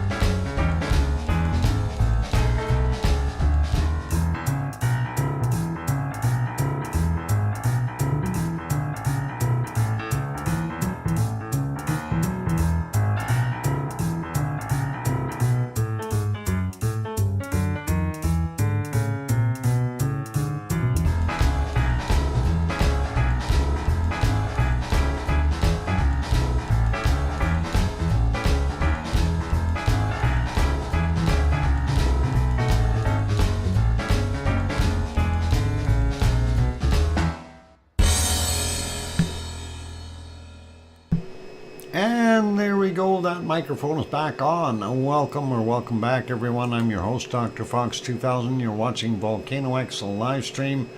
And yep, a sleepy dormouse, you're right. They're working on it. And thank you for the welcome backs from Cananaska's country, as well as Sue and Kevin Haynes and way to go, Kevin Haynes. Okay, and I hear you, Dr. Fox 2000 from Sharon Stewart. All cool and awesome. Anyway, for those good people who are here or just joining us, we are looking at the Reykjanes Peninsula cameras, and a lot of them are live from Iceland. Is the guy that has them set up. But what we're seeing, top left, is we're seeing just west of Thorbjorn, and towards kind of the northwest area, you see the Blue Lagoon, and the kind of a middle of that shot there on the right hand side. That is those first lights you come to when you're going upward, and that's pretty cool. And we're looking for eruptions, and of course the bottom screen on the left hand side, you see the power plant there, and of course the glow off the distance from Reykjavik. So Svartsengi power plant is the one that's on the left side of that with the really bright lights. And looking at the other shot there, and that one is from Thorbjorn as well, the bottom left one. And then the other one, of course, is out by the lighthouse on the tip of the peninsula. We're pretty close to it, and we can see the radio towers and the light beam and the lights of Grindavik there in the distance. And I'm kind of wondering if we've got some smoke or something coming up there, or steam, a little bit closer to this camera that is hiding some of that other stuff, unless there's extra steam being released from the power plant right now, and that could be something as well in there. Or we have steam rising out somewhere on the peninsula that we're not seeing yet because it is dark, and the potential for things to start happening is any time, really, and it would be really, really cool. So cool, Doc, and thank you, Grandma B, and awesome. Thanks everyone for being here. Do appreciate it. Anyway, that is what we've got going on, and of course the rumble chart or harmonic tremor chart up on the top right there for Grindavik, and you see how much activity there is tectonically. It's pretty heavy duty, and of course we have well over 950 quakes there in Iceland in the last 24 hours. Unfortunately, because the software for that other, or the web view of the other one, is a real nasty memory biter there. It slows things down. Let's see what we got here. I just got an email. All right, let's see what that says. Okay, a larger, okay, blah, blah, blah.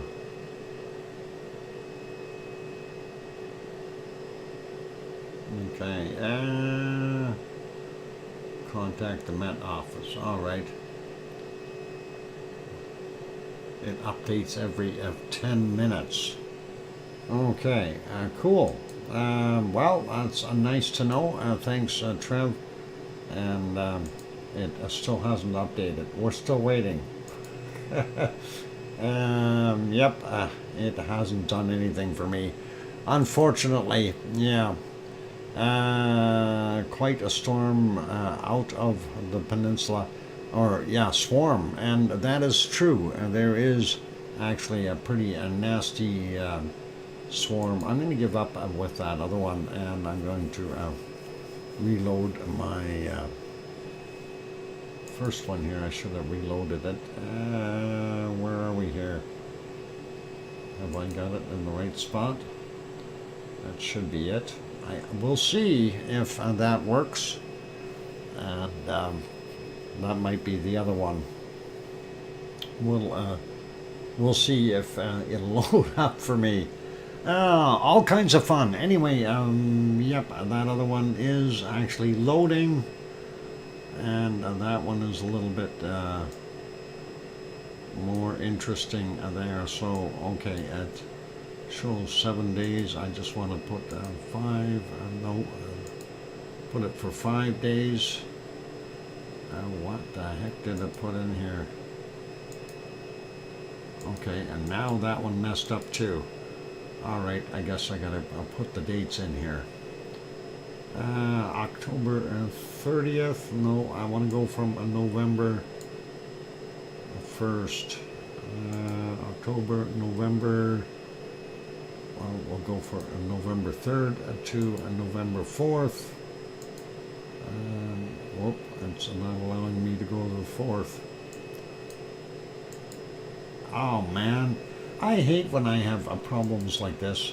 It just is crazy. It's silly. And now it wants to give me November 3rd, 2023. It's incredible. It's not giving me what I want. I hate it. Anyway, let's show you the other map. It gives you a pretty good idea of where everything is. But the thing is, we haven't seen any new or fresh quakes. And that is what I'm kind of wondering about. So I got this one to load up. And I set it from the 3rd onward, and you can see where the quakes are. Definitely seeing a lot of activity there. So our Blue Lagoon is, of course, up here. And there's the majority of those quakes. And the slightly older ones there on Thorbjorn. But these ones here are the latest ones. And we're not seeing anything that is really, really new when you're looking at that. So this one, either it hasn't updated or we're just not seeing anything that's there as of yet. Anyway, we'll leave that one up there for right now.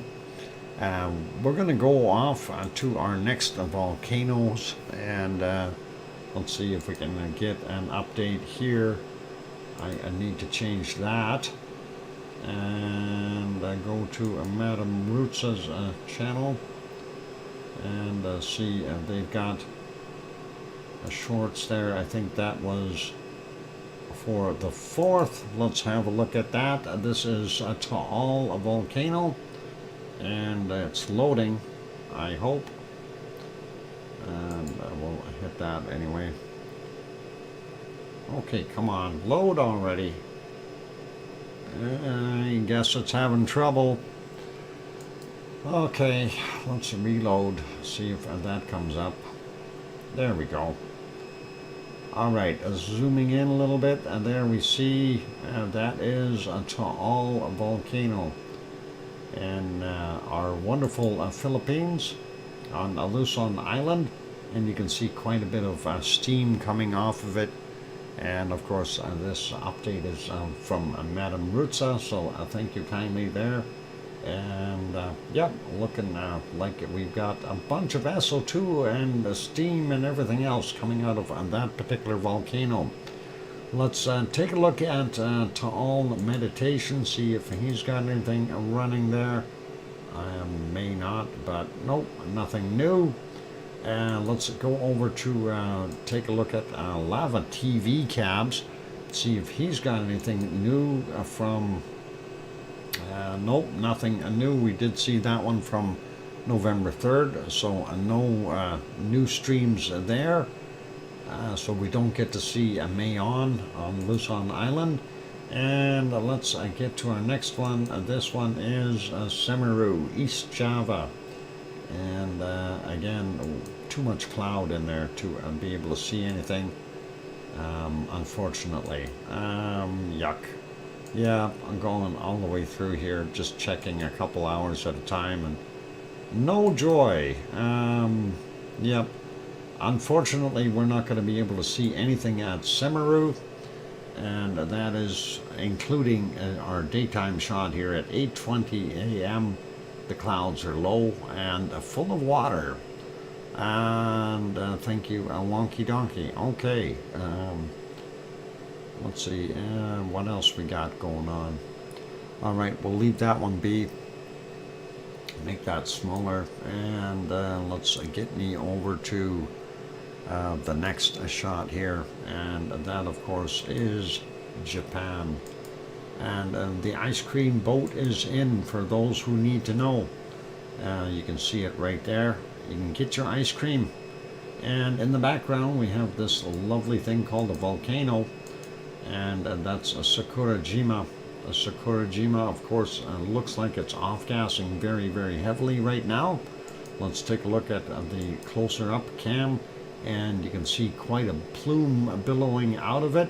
It does look like it's mostly gases, though, not a tephra or anything. So that is what we've got going on there. They did switch it back, so we can't go back in time. I don't know why they did that, but apparently that's somebody missed the setting, maybe, who knows. Going at the close-up view, you can see it billowing out of there at a fairly good rate, which is always awesome, and hopefully it will behave and not erupt too much. If we go back in time a little bit, this is about an hour and 40 minutes ago, we see that plume rising up just as quickly. And why is that quality down? There we go. I'll kick it up just a tad. Come on, you can do it. There we go. Going back and seeing what it was right at the daylight. There we go, and that's 6:16 a.m. looking not bad. And when we get back into the nighttime, it's just too hard to see because the poor lighting. So let's make that one smaller. We're going to make that back to alive and go to the next one. And this is ASO. ASO definitely off-gassing. You can see that wonderful plume right there. Very busy there right now from the looks of things. And that is pretty cool. That little caldera that's up there, of course, it's basically a vent within the larger system. The system is a supervolcano, that is ASO, but this is the only active vent right now, and that is what we're seeing. And that vent isn't really active. It's basically a lake inside of a small caldera, and we've got a lot of off-gassing happening there because it heats up on the bottom, and all that water that gets trapped in there turns to steam, and eventually just pops out of there, as well as the SO2 gases and other nasty gas that is coming up through there. Anyway, we'll leave that one be. Going to make that smaller. Let's take a look at Asama. Asama is about 100 kilometers to the west of Tokyo, and we do see it off-gassing a little bit here. Hard to tell, though, because of the colors in the background. Let's go back a little bit more. That looks like it's off in the distance. We don't see any plume there unless there's something hiding here that we're just not seeing because of the color. And it looks like it may be a little bit easier today. Again, that background being gray, it's really hard to see if there's anything coming out of it. It doesn't look like much if there is anything. So, quiet day for Asama-san. And we'll leave that and put it back to a small. Going to make sure the other ones are all reduced. And the ice cream boat is still there. We are still seeing a huge plume come off of our wonderful Sakurajima. So let's leave it as that. And there goes a couple of those birds. Cool. All right, we'll leave that be. I'm going to put this back over onto, where am I going to put you? On the multi-view. And we'll leave it there in Iceland for right now. We'll get the other screen working properly here. And hang on, I got to look at something. Oh, and that was a Popocatépetl. I forgot to reduce that in size. There we go. I got that fixed up. And it did finally give me a picture of Rincon de la Vieja. And that wasn't a very good picture. It was dark. All right, let's see. We'll leave it there, and we'll do a volcano report. And let's see if we can find it. There we go. Okay, late Thursday's activity, 4 volcanoes on the list. And Friday's activity, we had 6. And then we have a whole slug of extra reports and things. There's, sorry, not 6, 11 I meant. 6 extra reports. So let's get at it here. And what is it? Samancaya in Peru. Continuous ash emissions to 24,000 feet, 7,300 meters, reported at 2015. Popocatépetl, central Mexico. New volcanic ash to 20,000 feet, 6,100 meters, reported at 2015. Reventador in Ecuador. New volcanic ash emissions reported at 2045. And Dakono, Halmahera Island, Indonesia. Continuous volcanic ash to 7,000 feet, 2,100 meters, reported at 2,300. And Friday's activity, we got the 11 volcanoes. Klyashevskoye in the Kamchatka Peninsula in Russia. Volcanic ash emissions continuing to 23,000 feet, 7,000 meters, reported 15 minutes after midnight. And then a volcanic ash from eruption to 36,000 feet, 11,000 meters, reported at 6:15 a.m. Possible volcanic ash emissions continuing to 2,300 feet, or sorry, 23,000 feet, or 7,000 meters, reported at 2015. Separate report for Dakono and Halmahera Island, we'll see that. And also a separate report for Ibu on Halmahera Island. But Ibu also had a discrete volcanic ash to 8,000 feet at 2,400 meters, reported at 11 a.m. And welcome back, Yvonne Konko. Ham. No, what? Ham. Are you eating something, Yvonne? Don't type with your mouth full. Ice cream for breakfast is not good for you. Anyway, next one on the list is Shishaldin in the Aleutian Islands in Alaska. Erupted to 30,000 feet, 9,100 meters, reported at 4:45 a.m. And that also has a separate report we'll be looking at.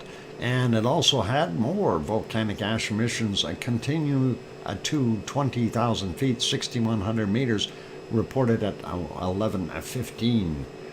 Next one is Sangay in Ecuador. Volcanic ash to 20,000 feet, 6,100 meters, reported at 6:30 this morning, and has a special report from 7:47. And then light volcanic ash to 20,000 feet, 6,100 meters, reported at 17:45. Sabancaya in Peru. Continuous ash emissions to 22,000 feet, 6,700 meters, reported at 8:15 a.m. And then again to 24,000 feet, or 7,300 meters, reported at 14:15. And Popocatépetl, central Mexico. Minor volcanic ash to 20,000 feet, 6,100 meters, reported at 8:45 this morning. And then a light volcanic ash to 20,000 feet, 6,100 meters, reported at 14:45. What's the difference between minor and light? Minor volcanic ash and light volcanic ash. Maybe we should ask. What is still waiting for? Yeah, uplift continues. Oh, the bubble is getting bigger. I hope it pops soon, Yvonne. Anyway, what's the difference between minor volcanic ash and light volcanic ash? I know, silly question. Reventador in Ecuador. Avona reported received to 15,000 feet. Yeah, 4,600 meters from 945 for Reventador in Ecuador. And then we have the two reports there for the Reykjanes Peninsula. We've already looked at those. And Mayon, Luzon Island in the Philippines, eruption of volcanic ash cloud, unknown height, reported at 1600. And Semeru, East Java, Yvonne Kunkel threw in a stick of dynamite, and the volcanic ash is now going to 14,000 feet, 4,300 meters, reported at 1800, right after she left. I'm kidding, Yvonne. You used a bomb, not dynamite. It's all good. Thank you kindly for that report there. And what? Well, we're in Reykjavik. What are you doing in Reykjavik? Thank you, Sue, for the wonderful volcano report, and we'll get at the rest of those. Bottom left frozen. Bottom left frozen. I didn't think it was that cold there. Let's look at the bottom left. No, that bottom left isn't frozen. It just barely moves. It's very, very slow. Those plumes are very, very slow. At least on mine, they appear to be very slow. Unless, I've seen things move. All right. On the 15th, that is. Yeah, Yvonne. You're just making me jealous. And I hope you got lava rocks for me. I really, really want some. One from Krakatoa, one from Merapi, and one from Semeru. I hope you really got me some. That's as a Christmas present, right? Well, would be nice. Anyway, it is time for me to go take another break, ladies and gentlemen. And we'll take a look at those other reports after the break. And that'll be really, really cool. And we'll see what happens. And yeah, for those good people who are here, if you have not yet hit that like button, give it a quick bop. Also, if you have not subscribed to the channel, consider subscribing if you are enjoying the show. On that friendly note, I'm your host, DrFox2000, here in Edmonton, Alberta, Canada. I will be back in 5, 6, or 7 minutes. Don't go away. More to come. Thanks.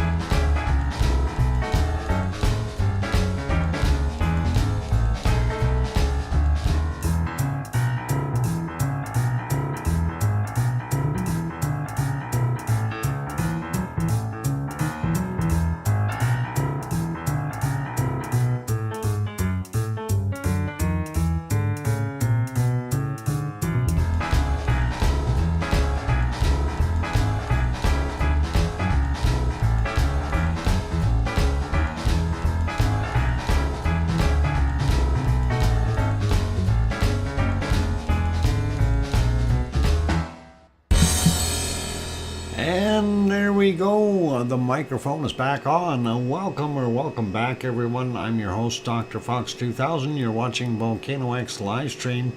And our special today, of course, we're kind of peeking in at Iceland to see what is going on. And hopefully we'll see an eruption.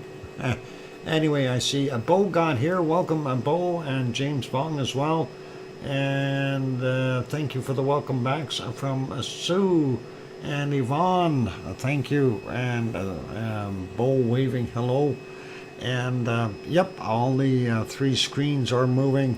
Wonky donkey. I was watching the car taillights driving away there, and I thought, yeah, that's working. So on that bottom left screen, I know it did stop there for a bit, and but I was watching.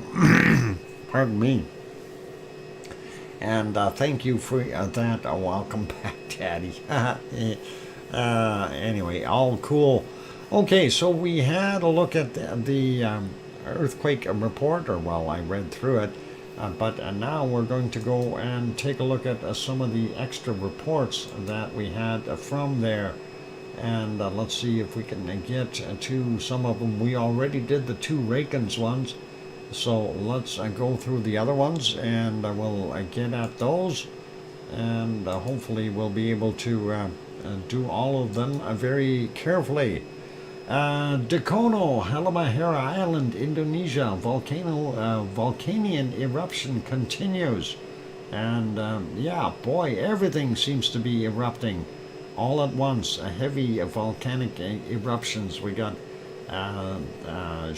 what is it, Sheldon, we've got Klyashevskoy, and we've got this one here, Dakono, doing its thing. And everybody's popping, so very, very cool to see that. Anyway, the explosive eruption at the volcano continues. The PVMBG local observatory reported an eruption from the volcano at 8:30 local time this morning. Gray to black ash columns rose to an altitude of 5,577 feet. I don't know if that is accurate. That looks like a made-up number. How do they know it was 77 and not 78 and a half? Anyway, 171,787 meters, and drifted southward. In order to mitigate a risk, people are advised to avoid the area within a radius of 2 kilometers of the crater. So that is a kind of a nice shot there. All cool, and I don't think there was anything else for that one, although that is a nice Strombolian eruption there at Stromboli. That is pretty cool. I like that. Let's leave that one be, so that takes care of that one. And here's Ibu on Halmahera Island, same island, just down the road. And there you can see it is trying to keep up with Dakono, but it's not doing so well. Eruption at Ibu, a volcano this yesterday morning. Okay, that is pretty awesome. And let's see other pictures. There's Yvonne. They caught her swimming in the at the beach. Yep, that's the picture of Yvonne at the coral reef. No, I'm kidding. I have no idea. Anyway, the effusive explosive activity at the volcano continues. Near frequent volcano-sized eruptions take place from the cinder cone within the summit crater. Welcome. Yona is back. Welcome back, Yona. The PVMBG observatory surveillance camera observed an explosion yesterday morning. A gray ash column rose to an altitude of 1,900 meters and drifted southwestward. Southwest seismic network reported signals with a maximum amplitude of 28 millimeters and a duration of 54 seconds. Not very long. We want like 1,054. That would be better. Continuing lava dome. Continuing lava dome is actively growing as a viscous magma continues to rise into it and form a faint glow atop of the dome, thus extrudes a lava dome blocks into a slowly advancing lava flows, so-called coulee, on the northern flank. So that is it for that one. And again, that is Ibu on Halmahera Island. Let's leave that one be, and we'll go to our next one. This is Shusheldon, and Shusheldon in the Aleutian Islands, Alaska. New eruption. We can see how it was basically flat-lined, and then all of a sudden, boom, there it goes. And within, actually, it looks like maybe 2 hours at the most, it went to a full eruption. So it did fairly quickly. Sharp rise in tremor accompanied the eruption onset at Shusheldon volcano. And that is not what we want. So let's see what else we got here.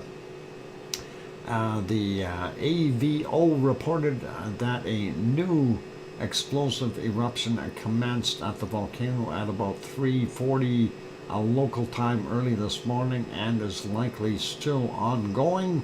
The ash plume was observed at 4 a.m. local time at an elevation of 20,000 feet. According to the National Weather Service, and the Volcanic Ash Advisory Center in Anchorage reported ash emissions rising to 30,000 feet. And that is pretty wild. The eruption was preceded by the usual sharp peak in a tremor, indicating a magma moving upward through the volcano conduits. The local AVO observatory is monitoring the volcano closely and will issue additional volcanic activity notices about significant change in the activity as they occur. So that is our wonderful Shusheldon. Don't have a shot of it, but that's okay. Next one on the list is this one. Sangay volcano in Ecuador. Emissions of ash and lava flow continues, and I kind of like that shot. That looks pretty nice. Bacon coming down the hill. I'd like to see that. I should go there. Anyway, that is pretty awesome. Some nice lava flow, and that is really cool. And of course, Sangay in Ecuador. And it says here the effusive explosive eruption of the volcano continues. Lava continues to emerge onto the southeast flank ravine. Keep the flow active and slowly advancing nearly to the base of the edifice. Near frequent volcanic eruptions continue to produce ash columns, releasing a pyroclastic material to approximate 5.8 to 6.1 kilometers, or 19,000 to 20,000 feet in elevation in the south or western southwestern direction. Most of the ejected hot juvenile and glowing material slide down along the southeastern flank in the form of incandescent avalanches, and that is what we're seeing right there. And that is actually kind of nice. And just to make that a little bit bigger, what I actually did, I'm going to use that for tomorrow, and that will be, let's see if I can find it real quick. Just need to find where I actually put it. That would be number 6, I think. Let me see, scene 6. Maybe that is where it is. 7, where is 6? Or it didn't make it onto this one. No, I don't. Oh, there it is. I found it. No, that's not the one. Darn it. Okay, I've got a close-up view of it, but I guess I won't be showing it. I can't locate it. Anyway, that is what we've got going on there. So that is pretty cool to see. And I think that is about it. And the Reykjanes update, we already did that. So we can leave that one alone. Of course, we see how heavy those quakes are. And of course, the other one is the box of that. And I think I got all 6. I don't know. I want to double check here. Let's see. Reykjanes, Sangay we did. Yeah. Shishaldin, Ibu, and Dakono. And yep, got them all. So that is awesome. Yeah, what? So still now. Uh-oh. Don't be still. You gotta keep moving. No, I'm waiting for a big quake. Quake? Oh, is that how you say it in Icelandic? Quake? Quake? Quake. Yona. That's okay. I hope that you don't get any more real big ones. I hope you see some lava coming out. And nice calm times. Let's go back over to our map here for a minute, or the other spot, our multi-view, and just check. And I don't see any quakes, no new quakes. And let's see. Well, I gotta actually. I don't want to use this one in here. I really would like the quake map, but it runs pretty rough with it. Anyway, that's what we're seeing right there. As far as a tectonic action updated, and we see a slight decline in magmatic activity there. Don't see where our seismicity is at all, but the tectonic is continuing. We'll see what happens. It's going to take some time to pop up there. Anyway, that is the Reykjanes Peninsula. That's what we're looking at right now, and of course I think everything is moving. Even, maybe not everything. We're missing one. Okay. No, that one's moving too. All right. Yvonne put her finger up. Why? What's the matter, Yvonne? You're looking up on the top. Hi, Yona, LOL Doc. Okay, no worries. Yeah. All right, we're looking. Anyway, where do I want to go now? It's going to be too short to go to. Oh, I put that one in there. I will go fix that one. I want to go take a look at earthquakes. So let's take a look at those real quick. Around the world. All right, real fast. And this is going to take some time for this thing to catch up here. Move it a little bit, and we'll take a look. We've got some in the Coral Islands here, and then we've got nothing on the Kamchatka Peninsula. Let's look at this one. 4.8 Coral Islands from 1548, 10 kilometers down for him, and that happened at 1548. 4.8, that's a fair size. Next one is a 5.1. That's also in the Coral Islands, not too far away from Permashir Island. And that's from 1232, 65 kilometers down for that 5.1. We don't see anything directly on the Kamchatka, but we do see this one in the Aleutian Islands, Andreev Island area, and that is a 5.0 from 47 minutes after midnight at 10.7 kilometers down. And then we see a few little ones there. I'm not going to bother with those. Going to slide down here. We do see a little bit bigger quake right there, and that is a 4.0, 7 kilometers southeast of, is it OJ, California? I hope I said that right. 1412 is the time on that one, 6.9 kilometers down. San Andreas fault area, or, well, not really San Andreas. The San Andreas is here, but it's one of the faults. So, you know, the place it's going to break off and go out here and float away. So, you want beachfront property. You can buy some over here in Nevada. Oh boy, I don't want to scare anyone. Okay, let's continue on, going further south. This one is off the coast of Guatemala. It's from 1034. It's a 4.4 in magnitude and 50.7 kilometers down. Sliding further down, we don't see anything until we get down to Chile. And we got a 4.6 down there at 1:37 a.m. 29.3 kilometers down. Nothing out here in the South Sandwich Islands. We'll leave that be. And we do see this one down here, Pacific Antarctic Ridge, a 5.7 from 1:52 a.m. at 10 kilometers down. And we don't see anything new in New Zealand. And other than New Zealand, get it? Never mind, bad humor. 4.8 Fiji from 10:04, 535.5 kilometers down. And a 5.3 also in Fiji at 5:54 a.m., 556.9 kilometers down for that one. And nothing in Vanuatu or Papua New Guinea.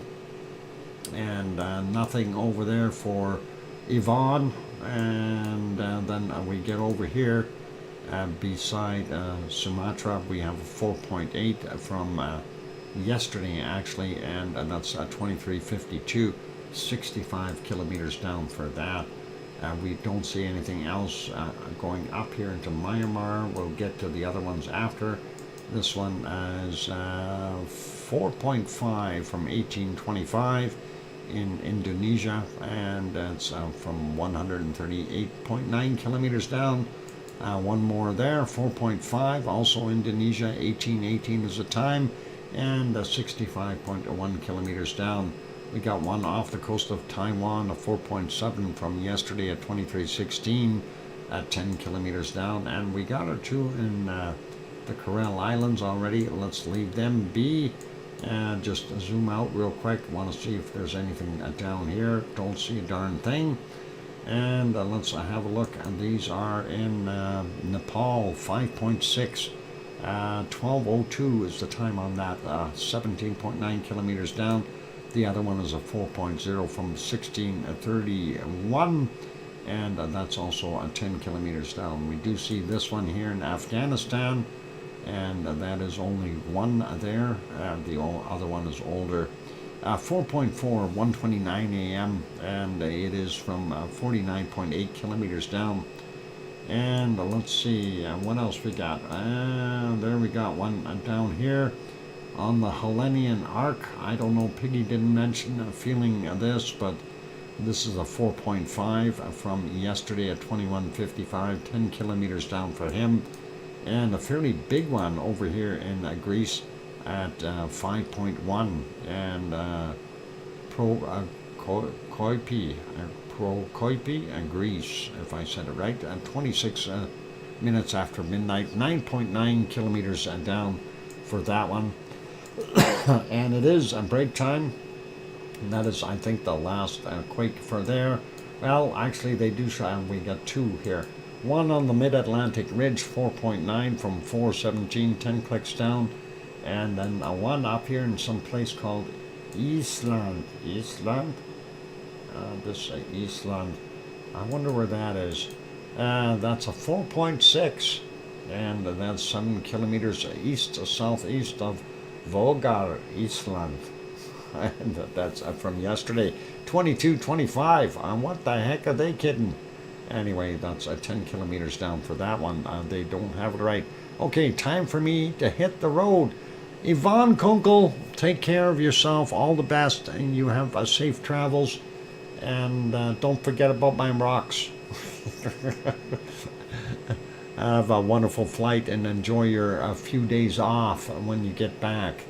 And if you can, check in from time to time. If it goes, we'll likely be live, just so you know that.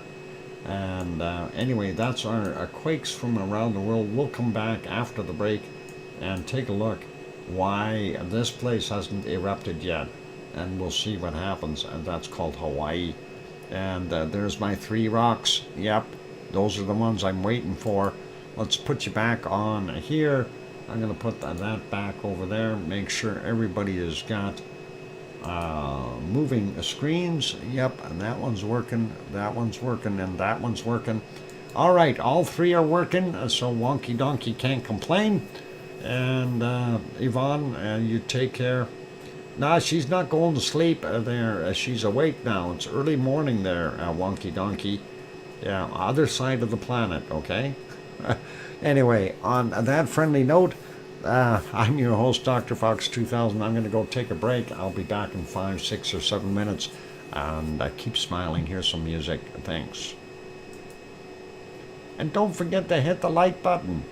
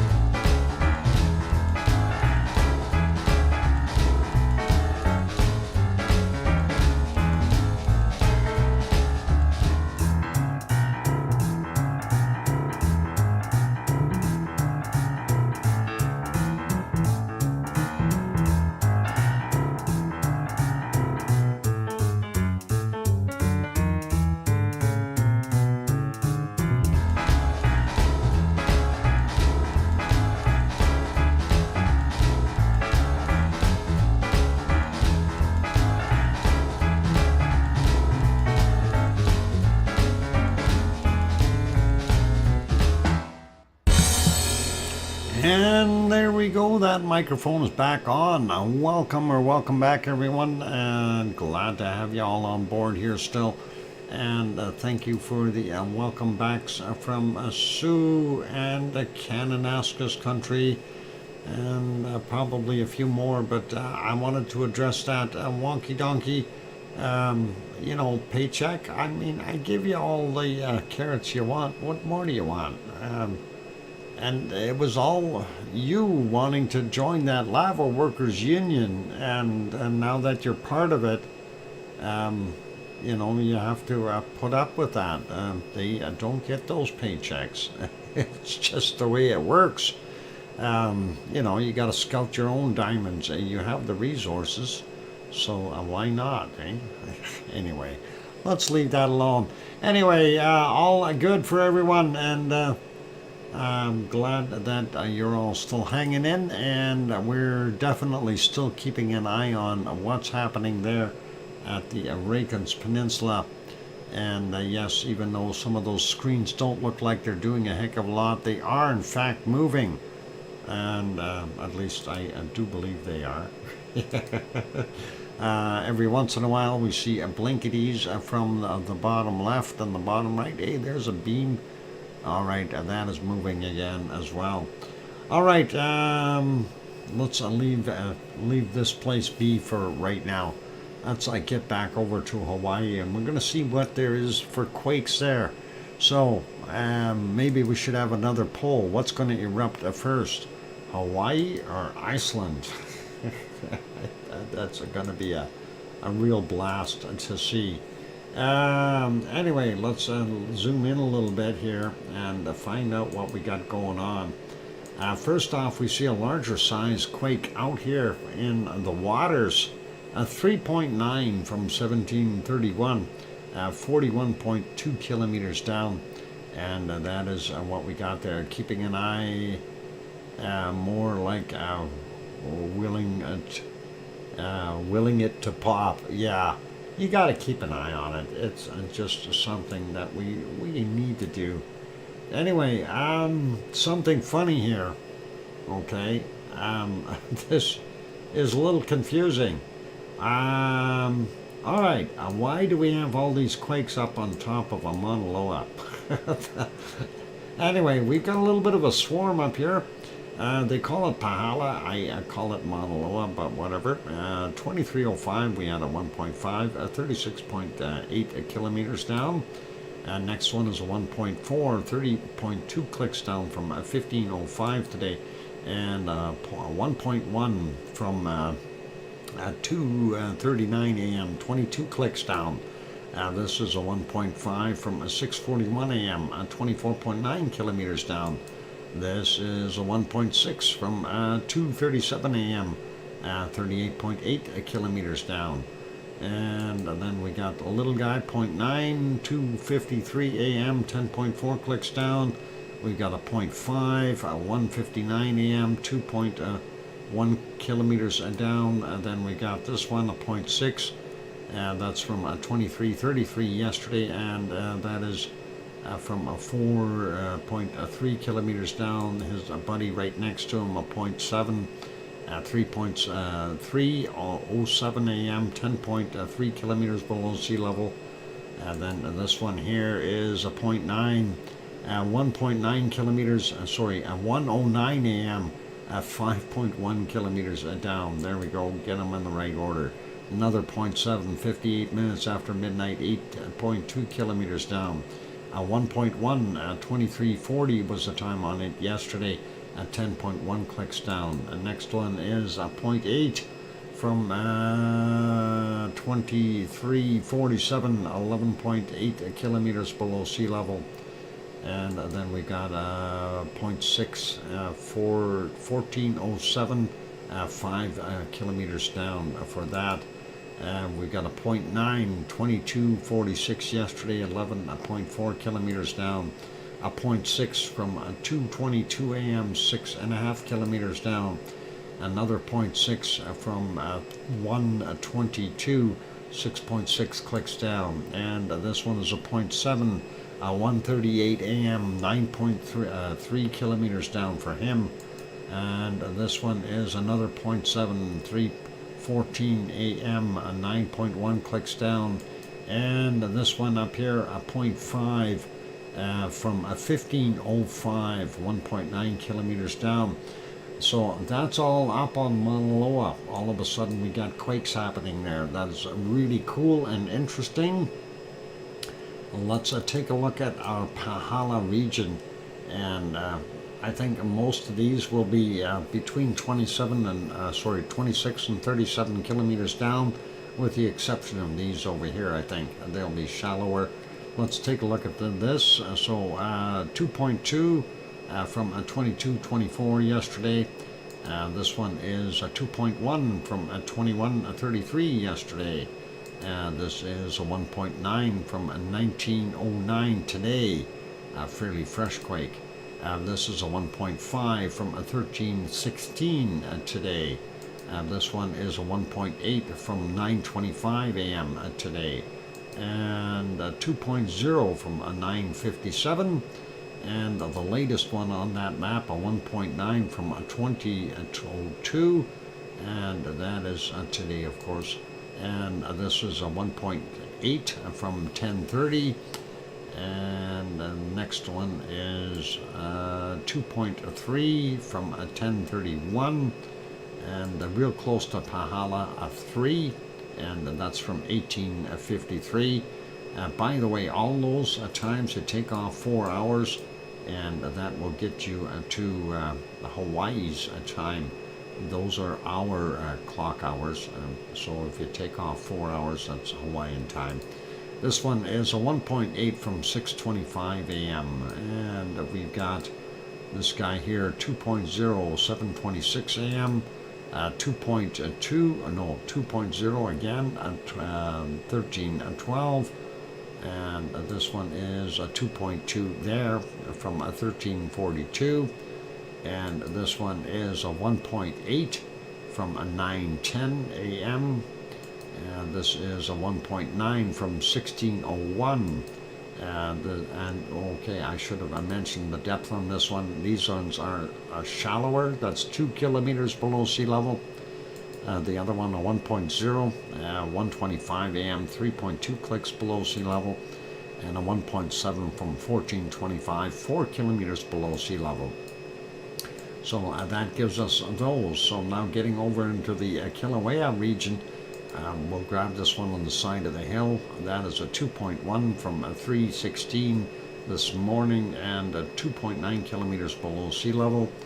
And this one here, 2.1 from 11:32, 1.8 kilometers below sea level, and a 1.7 from 23:24 yesterday, 800 meters below sea level. So that's all our quakes there, and that is really interesting. Wonky donkey, good night to you. And who else is popping in? Everyone, things are getting really tense. And hi Sarah. And anyway, that's what we got going on there in Hawaii. A little bit of a twist. I thought we were going to see more activity over here at Kilauea, and all of a sudden we have this little swarm of earthquakes on top of Mauna Loa. How does that work? So that is interesting. Anyway, let's get over and do our SO2 map really quickly. I have to find where I want to put that, and that'll be from windy.com, and that will get us our SO2 up there. Let me just get that rumbling, and there we go. And yeah, all right, SO2.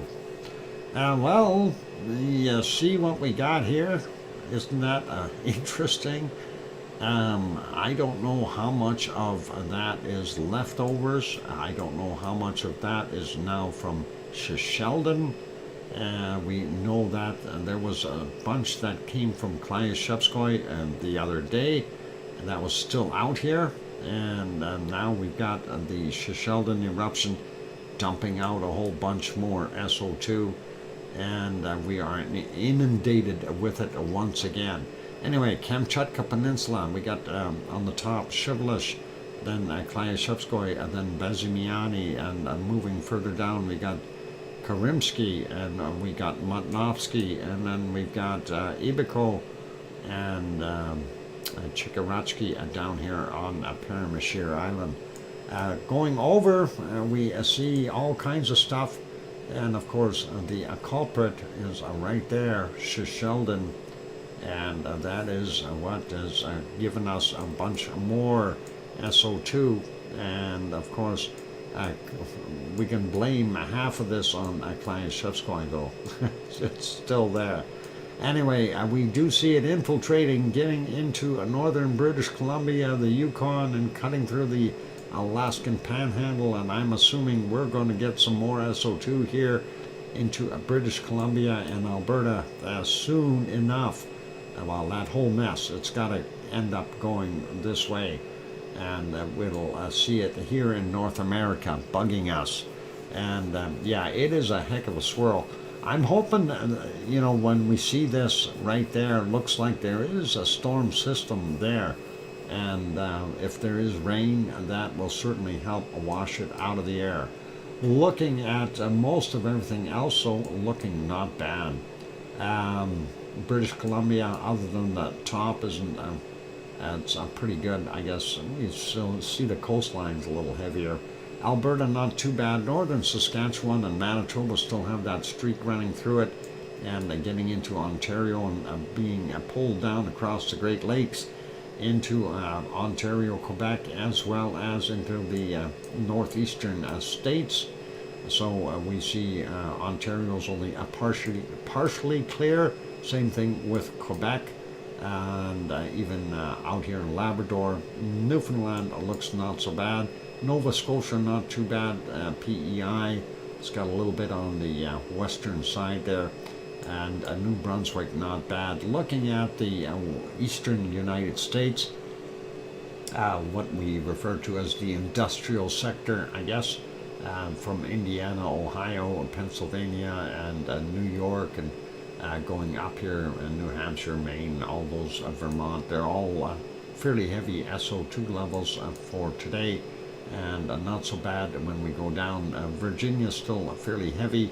West Virginia, not so bad. Kentucky and North Carolina and South Carolina starting to ease up a whole bunch, and that is pretty good. Western states, not bad. We do see the tip of Florida is getting a little bit, and that's coming from our wonderful Popocatépetl down here in central Mexico.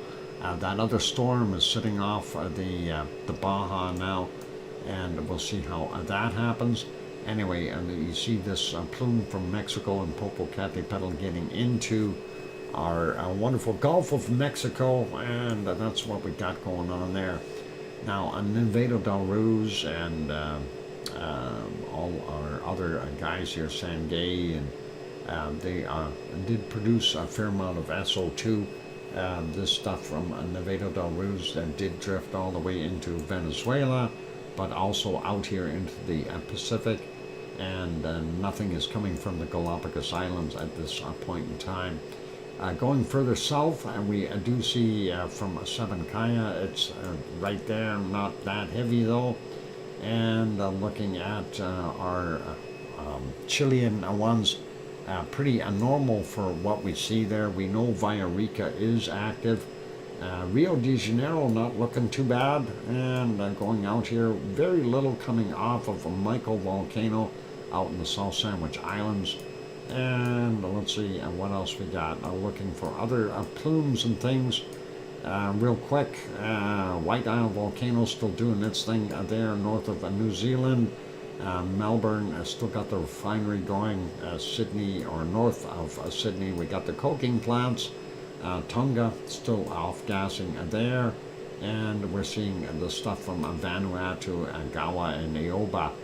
Yasur and Gawa and Naoba in Vanuatu. Got it right. Papua New Guinea still doing their thing. Luotaluk, not so bad. Semeru, heavy SO2. Merapi in this area doing its thing. And of course, we've got Jakarta and Krakatau on the other side here. And that is right there, Anik Krakatau, son of a Krakatoa. so I'm not sure which one's producing more. We also have Dempo in this area that is kind of semi-active, and we also have a little further up here on Sumatra we have Kerinci and Marapi, not Merapi but Marapi, and then Sinabung up on the top, and then of course you see Singapore and Kuala Lumpur is doing some heavy stuff there as far as SO2. Ibu and Dakono are responsible for this, and there's our wonderful Halmahera Island, and it's pretty cool looking. Let's go up and we see the Japanese guys are not doing too bad there, and the Volcano Islands, and Taiwan not bad, and zooming in a little bit, Suwanoshijima is responsible for that Plume. And moving up a little bit, we don't see quite as much from Sakurajima today, so it's a little easier. But ASO's being really bad, and look at that SO2 that came out of ASO, and it's basically all getting drifted up on the from the islands here, going up in Japan, and that's not so good for them. Anyway, looking at Tokyo area, Tokyo isn't overly bad, but it does have higher levels, and Asama, of course, responsible for a lot of that, a plume there. And let's see what we got. That's it. It brings us back around to the other parts of the world. Shanghai, pretty heavy. Hong Kong, heavy today. And China in general, not that good. And India as well, we see fairly heavy levels, and especially the eastern portions. Sri Lanka not so bad. Looks like they're smelting more gold down here in South Africa, and that of course is from the gold smelting plants. And looks like a renewal of efforts here from the Democratic Republic of the Congo, Nyamuragira and Nyiragongo. And going up here, we got Erta Ale doing its thing. See some extra SO2 here in Sudan and those areas in Egypt. Also see the heavier spots where the oil refineries are in Saudi Arabia, Kuwait, Iraq, and Iran, and even over here in Lebanon. And let's see what we got, and looking at western portions of Turkey, not so bad, and the costs 2.9, that is pretty cool, so that's a lot better, and it looks like Rhodes is just about back to normal as well. Seeing what's coming from Mount Etna, that is heading to the northeast, so it's not even bugging Greece anymore, but we'll see what happens with that in the future. And we see very little coming from Stromboli, but Mount Etna certainly is still producing a lot of SO2. Most of Europe looks pretty clean because they've got that nasty storm system, and that is getting rid of a lot of that SO2 in the air. Looks like northern Germany has a little extra, and then it gets heavy in Poland, but the rest look pretty good, and not so bad there in Norway. A little bit in Sweden, and not so much in Finland anymore. Iceland looking pretty darn good right now. So that is what we've got. That's our SO2 report for today, ladies and gentlemen. And it is time for me to go take another break. Let's get you back over to there. I'm going to change things around here. Got to get that map changed back to this guy, and that'll work. It is a time for me to go and take a break. Let's make sure that is live. There. Okay, that is completely live. All right, so that way nobody can complain. Anyway, for those good people who are here, I'm going to go for a break. If you haven't yet hit that like button, give it a quick bop. Also, if you have not yet subscribed to the channel, consider subscribing and help us out and grow the channel a little bit. On that friendly note, I'm your host, DrFox2000, here in Edmonton, Alberta, Canada. I will be back in 5, 6, or 7 minutes. Don't go away. Here's some music, and I'll be back.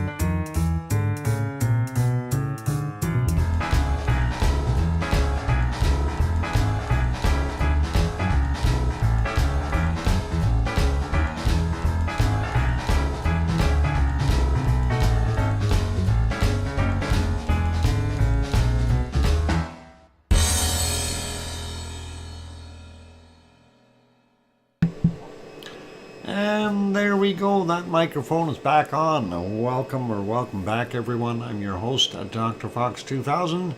And of course, you're watching VolcanoX live stream. And let's see. Thank you for the welcome backs. And hi to Lizoid there, saying a good thing. Dr. Fox doesn't have to work tomorrow. Yep, it is a good thing. I still got things to do, though. At least I don't have to clean off the roof. It's done. Thank you for the welcome backs from Sue and Kananaskis country, and I think that's about it. And thanks. What happened to Sharon Stewart? She might be watching it on the big screen or something. Who knows? Anyway, let's go and click on the weather map, and we'll take a quick look and see where the storms are. One of the things I noticed, this one right here, it seems to be coming back towards the coast, this pilar, and that is kind of interesting to be able to see that. I thought that was kind of weird. Anyway, we were looking at that SO2 that was floating around out here from Sheldon and Klyashevskoy. And that is where it's circulating in that system right in here. So that will eventually, if it doesn't get washed out of the air, end up moving over. And we see another low right beside it. So likely some rain for that area. We do still see that other storm, or that low down here. This is what's really messing our Central American areas up with that low pressure system. I don't think this storm is affecting it as much as of yet, but this system here kind of waning a little bit, but we'll see what happens. A big high sitting here bringing tropical air to Sue's location, and she's probably got some really warm temperatures right now there in, well, could be, I don't know, Cole Harbor. What's the temperature there? Halifax is sitting at the 4. And how's the snow level there, Sue? Did it all melt? Is what I'm curious about. And we'll see. And then we see this nasty, 6 degrees there. And blowing from the southwest with warm air. Snow gone. Excellent. And that is good. So this is that other low that is going to come in, and it's sitting just about even with the bottom end of Ireland, and I'm sure it's bringing bad weather to all of that coastal area. There's that other storm that went through the couple days ago here, and moving along and upward. Hopefully that'll dissipate soon. Another low sitting over here in the area right now near Sweden, and hopefully that will dissipate as well and not be too heavy. Iceland doesn't look too bad. They've got a lot of northern flow though coming across the whole system there, and we see a low sitting there in our Hudson's Bay area, of course, doing its thing, and it's massive as well. Not so bad here in Alberta, so we'll leave that to be. Want to look at the other stuff over here. Quick peek. So far we see temperatures up to 41 degrees. I see a 42 in here. There's a 42. Do we have anything warmer than a 42? I don't think so. 40, 41, 42 right in there. And there's a 44. So yeah, some pretty high temps there in Australia. 44 degrees Celsius for the high. And here's some more 42 stuff. Lots of area there with very high temperatures. 41, 42 degrees all the way out here. Wow. 43. Do we have another 44 over there as well? No, I don't think so, but that is still quite a bit of heat. And Perth is sitting at 31 degrees, 32 degrees roughly, so they are enjoying their temperatures. And we see some circulations. It's a good thing Yvonne is leaving, and they're going to get some storms in there.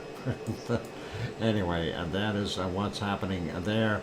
We see Java quite toasty and warm, and of course Yvonne's going to freeze when she gets back to Germany. And Sumatra looks pretty toasty as well. So that is kind of what we got there for those things. I'm going to go flip it over to a satellite. We want to see what the associated clouds look like. So yeah, here the two lows off of North America. Of course, this is the one with all the SO2 in it. We see a lot of a broken cloud within that, not as much rain as I was hoping for. And then the other low here right along the coast, and that definitely has got a whole bunch of moisture in there, as well as a likely amount of snow getting into those BC regions, and very cloudy up in Alaska, Northwest Territories, Yukon, and Nunavut, and we want none of it. Even in Alberta, it's got a lot of that.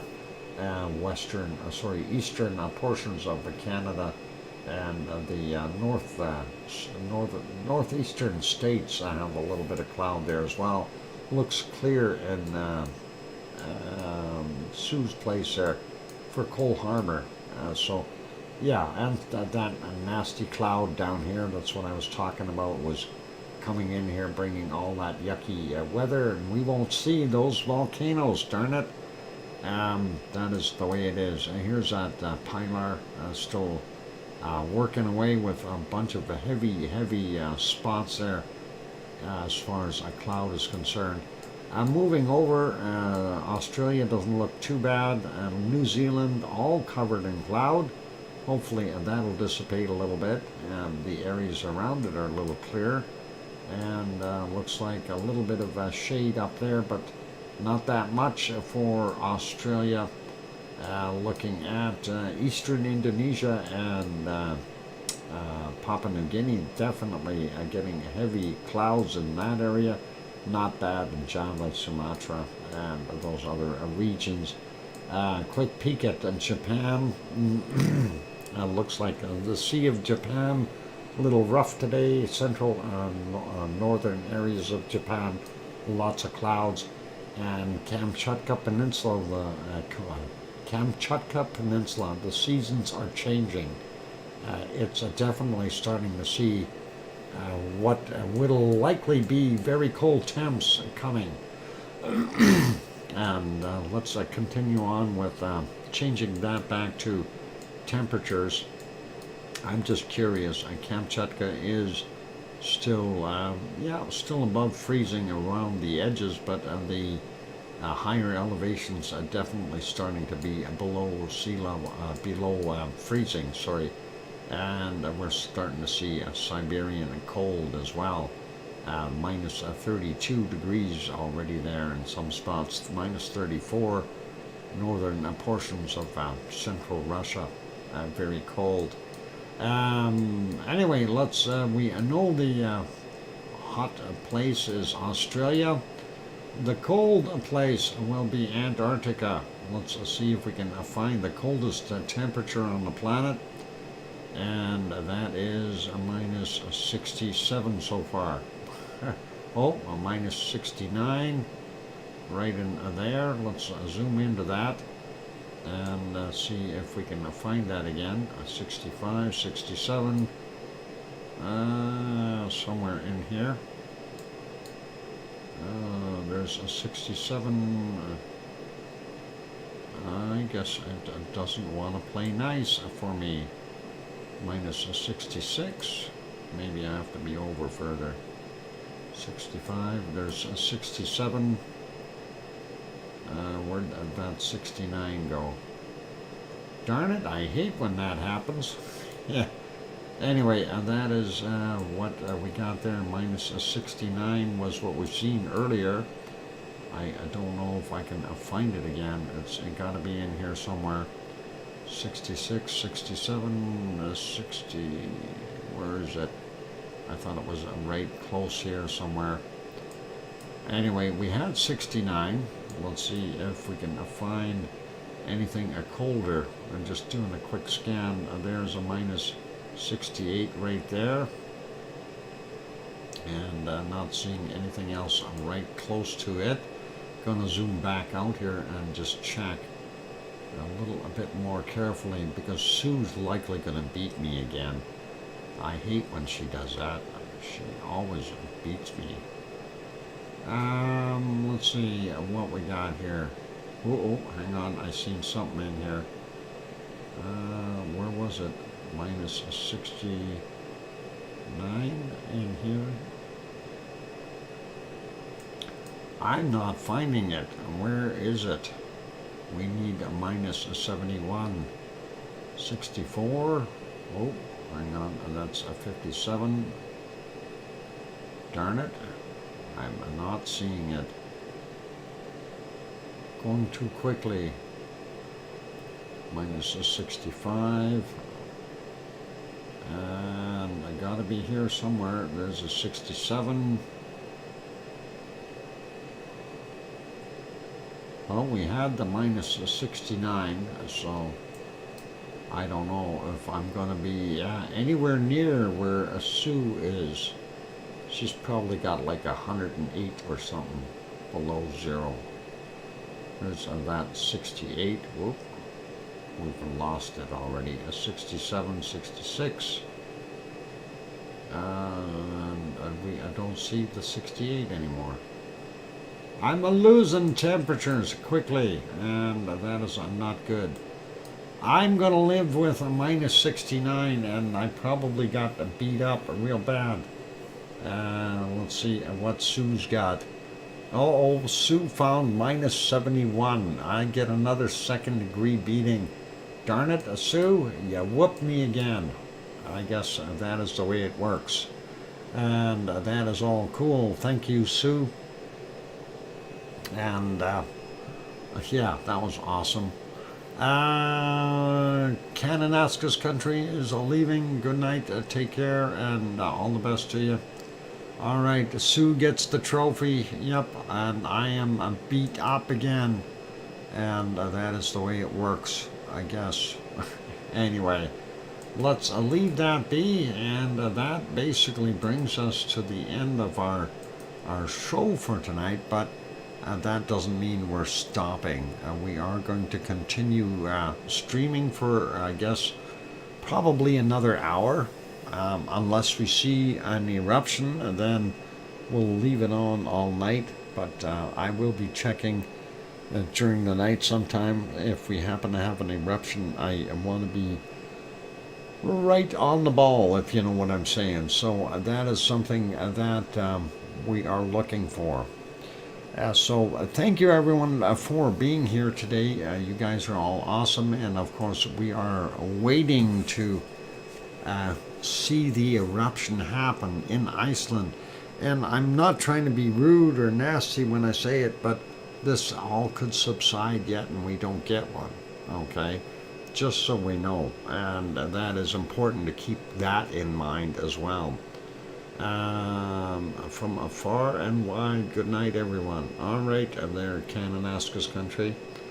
All right, yeah, it's time to wrap things up, so I want to say a big thank you to Gura for his super chat, and also to Grandma B for her super chat, and to Irish Monk for gifting that one membership. That was awesome. Thank you guys. And also a big thank you to our wonderful moderators, Arizona Snowman and Piggy and Sue Hayes and CND Boy and Yvonne Kunkel and Siggy and Gary 24/7 Live, AZ Skies, and a few others as well. Thank you, moderators, for being here. I appreciate your hard work. And let's see, thanks for a great stream, DrFox2000. Thank you, Sharon Stewart, and you have yourself a wonderful night. And a big thanks to all of you for being here. So keep smiling, be good, and take care of yourselves. Remember, tomorrow is Saturday, so we're going to be on at our usual time. If we do have an eruption, we will be on at an earlier time, if that is the case. Cookster saying awesome show time today again. or yeah, thank you again for the gift of the sub and the whole team with Dietz. Thank you. All right, cool. There, Cookster, and that, of course, was the Irish monk gift that did hit the mark. So that is all cool and awesome. So yeah, again, thank you everyone, and yep, tomorrow stream same time as far as weekend times are concerned, unless we have an eruption, it'll be earlier. So that's where it's at. And on those notes, I am going to wrap it up. Just to let you know what I'm going to do is because well, I got a few things to do with the computer here. So I'm going to leave the harmonic tremor chart on there for the time being, but I'm going to switch that back to the not volcanoes, to the earthquakes after I sign off here and get my other stuff done. Then I don't mind the computer running a little harder, so we should be okay without having to have too many glitches in there. Anyway, thanks everyone again for being here today. I did see our peak time. We had 66 people in the chat at the peak. So that is all good. And it looks like we've had 611 views so far. So that is all awesome as well. And 87 likes. In case anyone hasn't hit that like button, please do give it a quick bop if you haven't done that yet. If you're heading out or something, and just give it a quick pop, and let's get those numbers up. On that friendly note, it's a time for me to wrap it up the rest of the way. Again, thank you everyone for being here. Take care of yourselves. Have yourselves a good night, or a good morning, or a good afternoon, depending on where you are. And take care of yourselves. Do a safe traveling if you have to go anywhere. And of course, before you go, please, please, tell your loved ones that you love them tonight, for tomorrow is never promised. I'm your host, DrFox2000, here in Edmonton, Alberta, Canada. You've been watching VolcanoX live stream, and like I said, I'm going to leave this on for another hour or so. And take care, good night, and oink oink.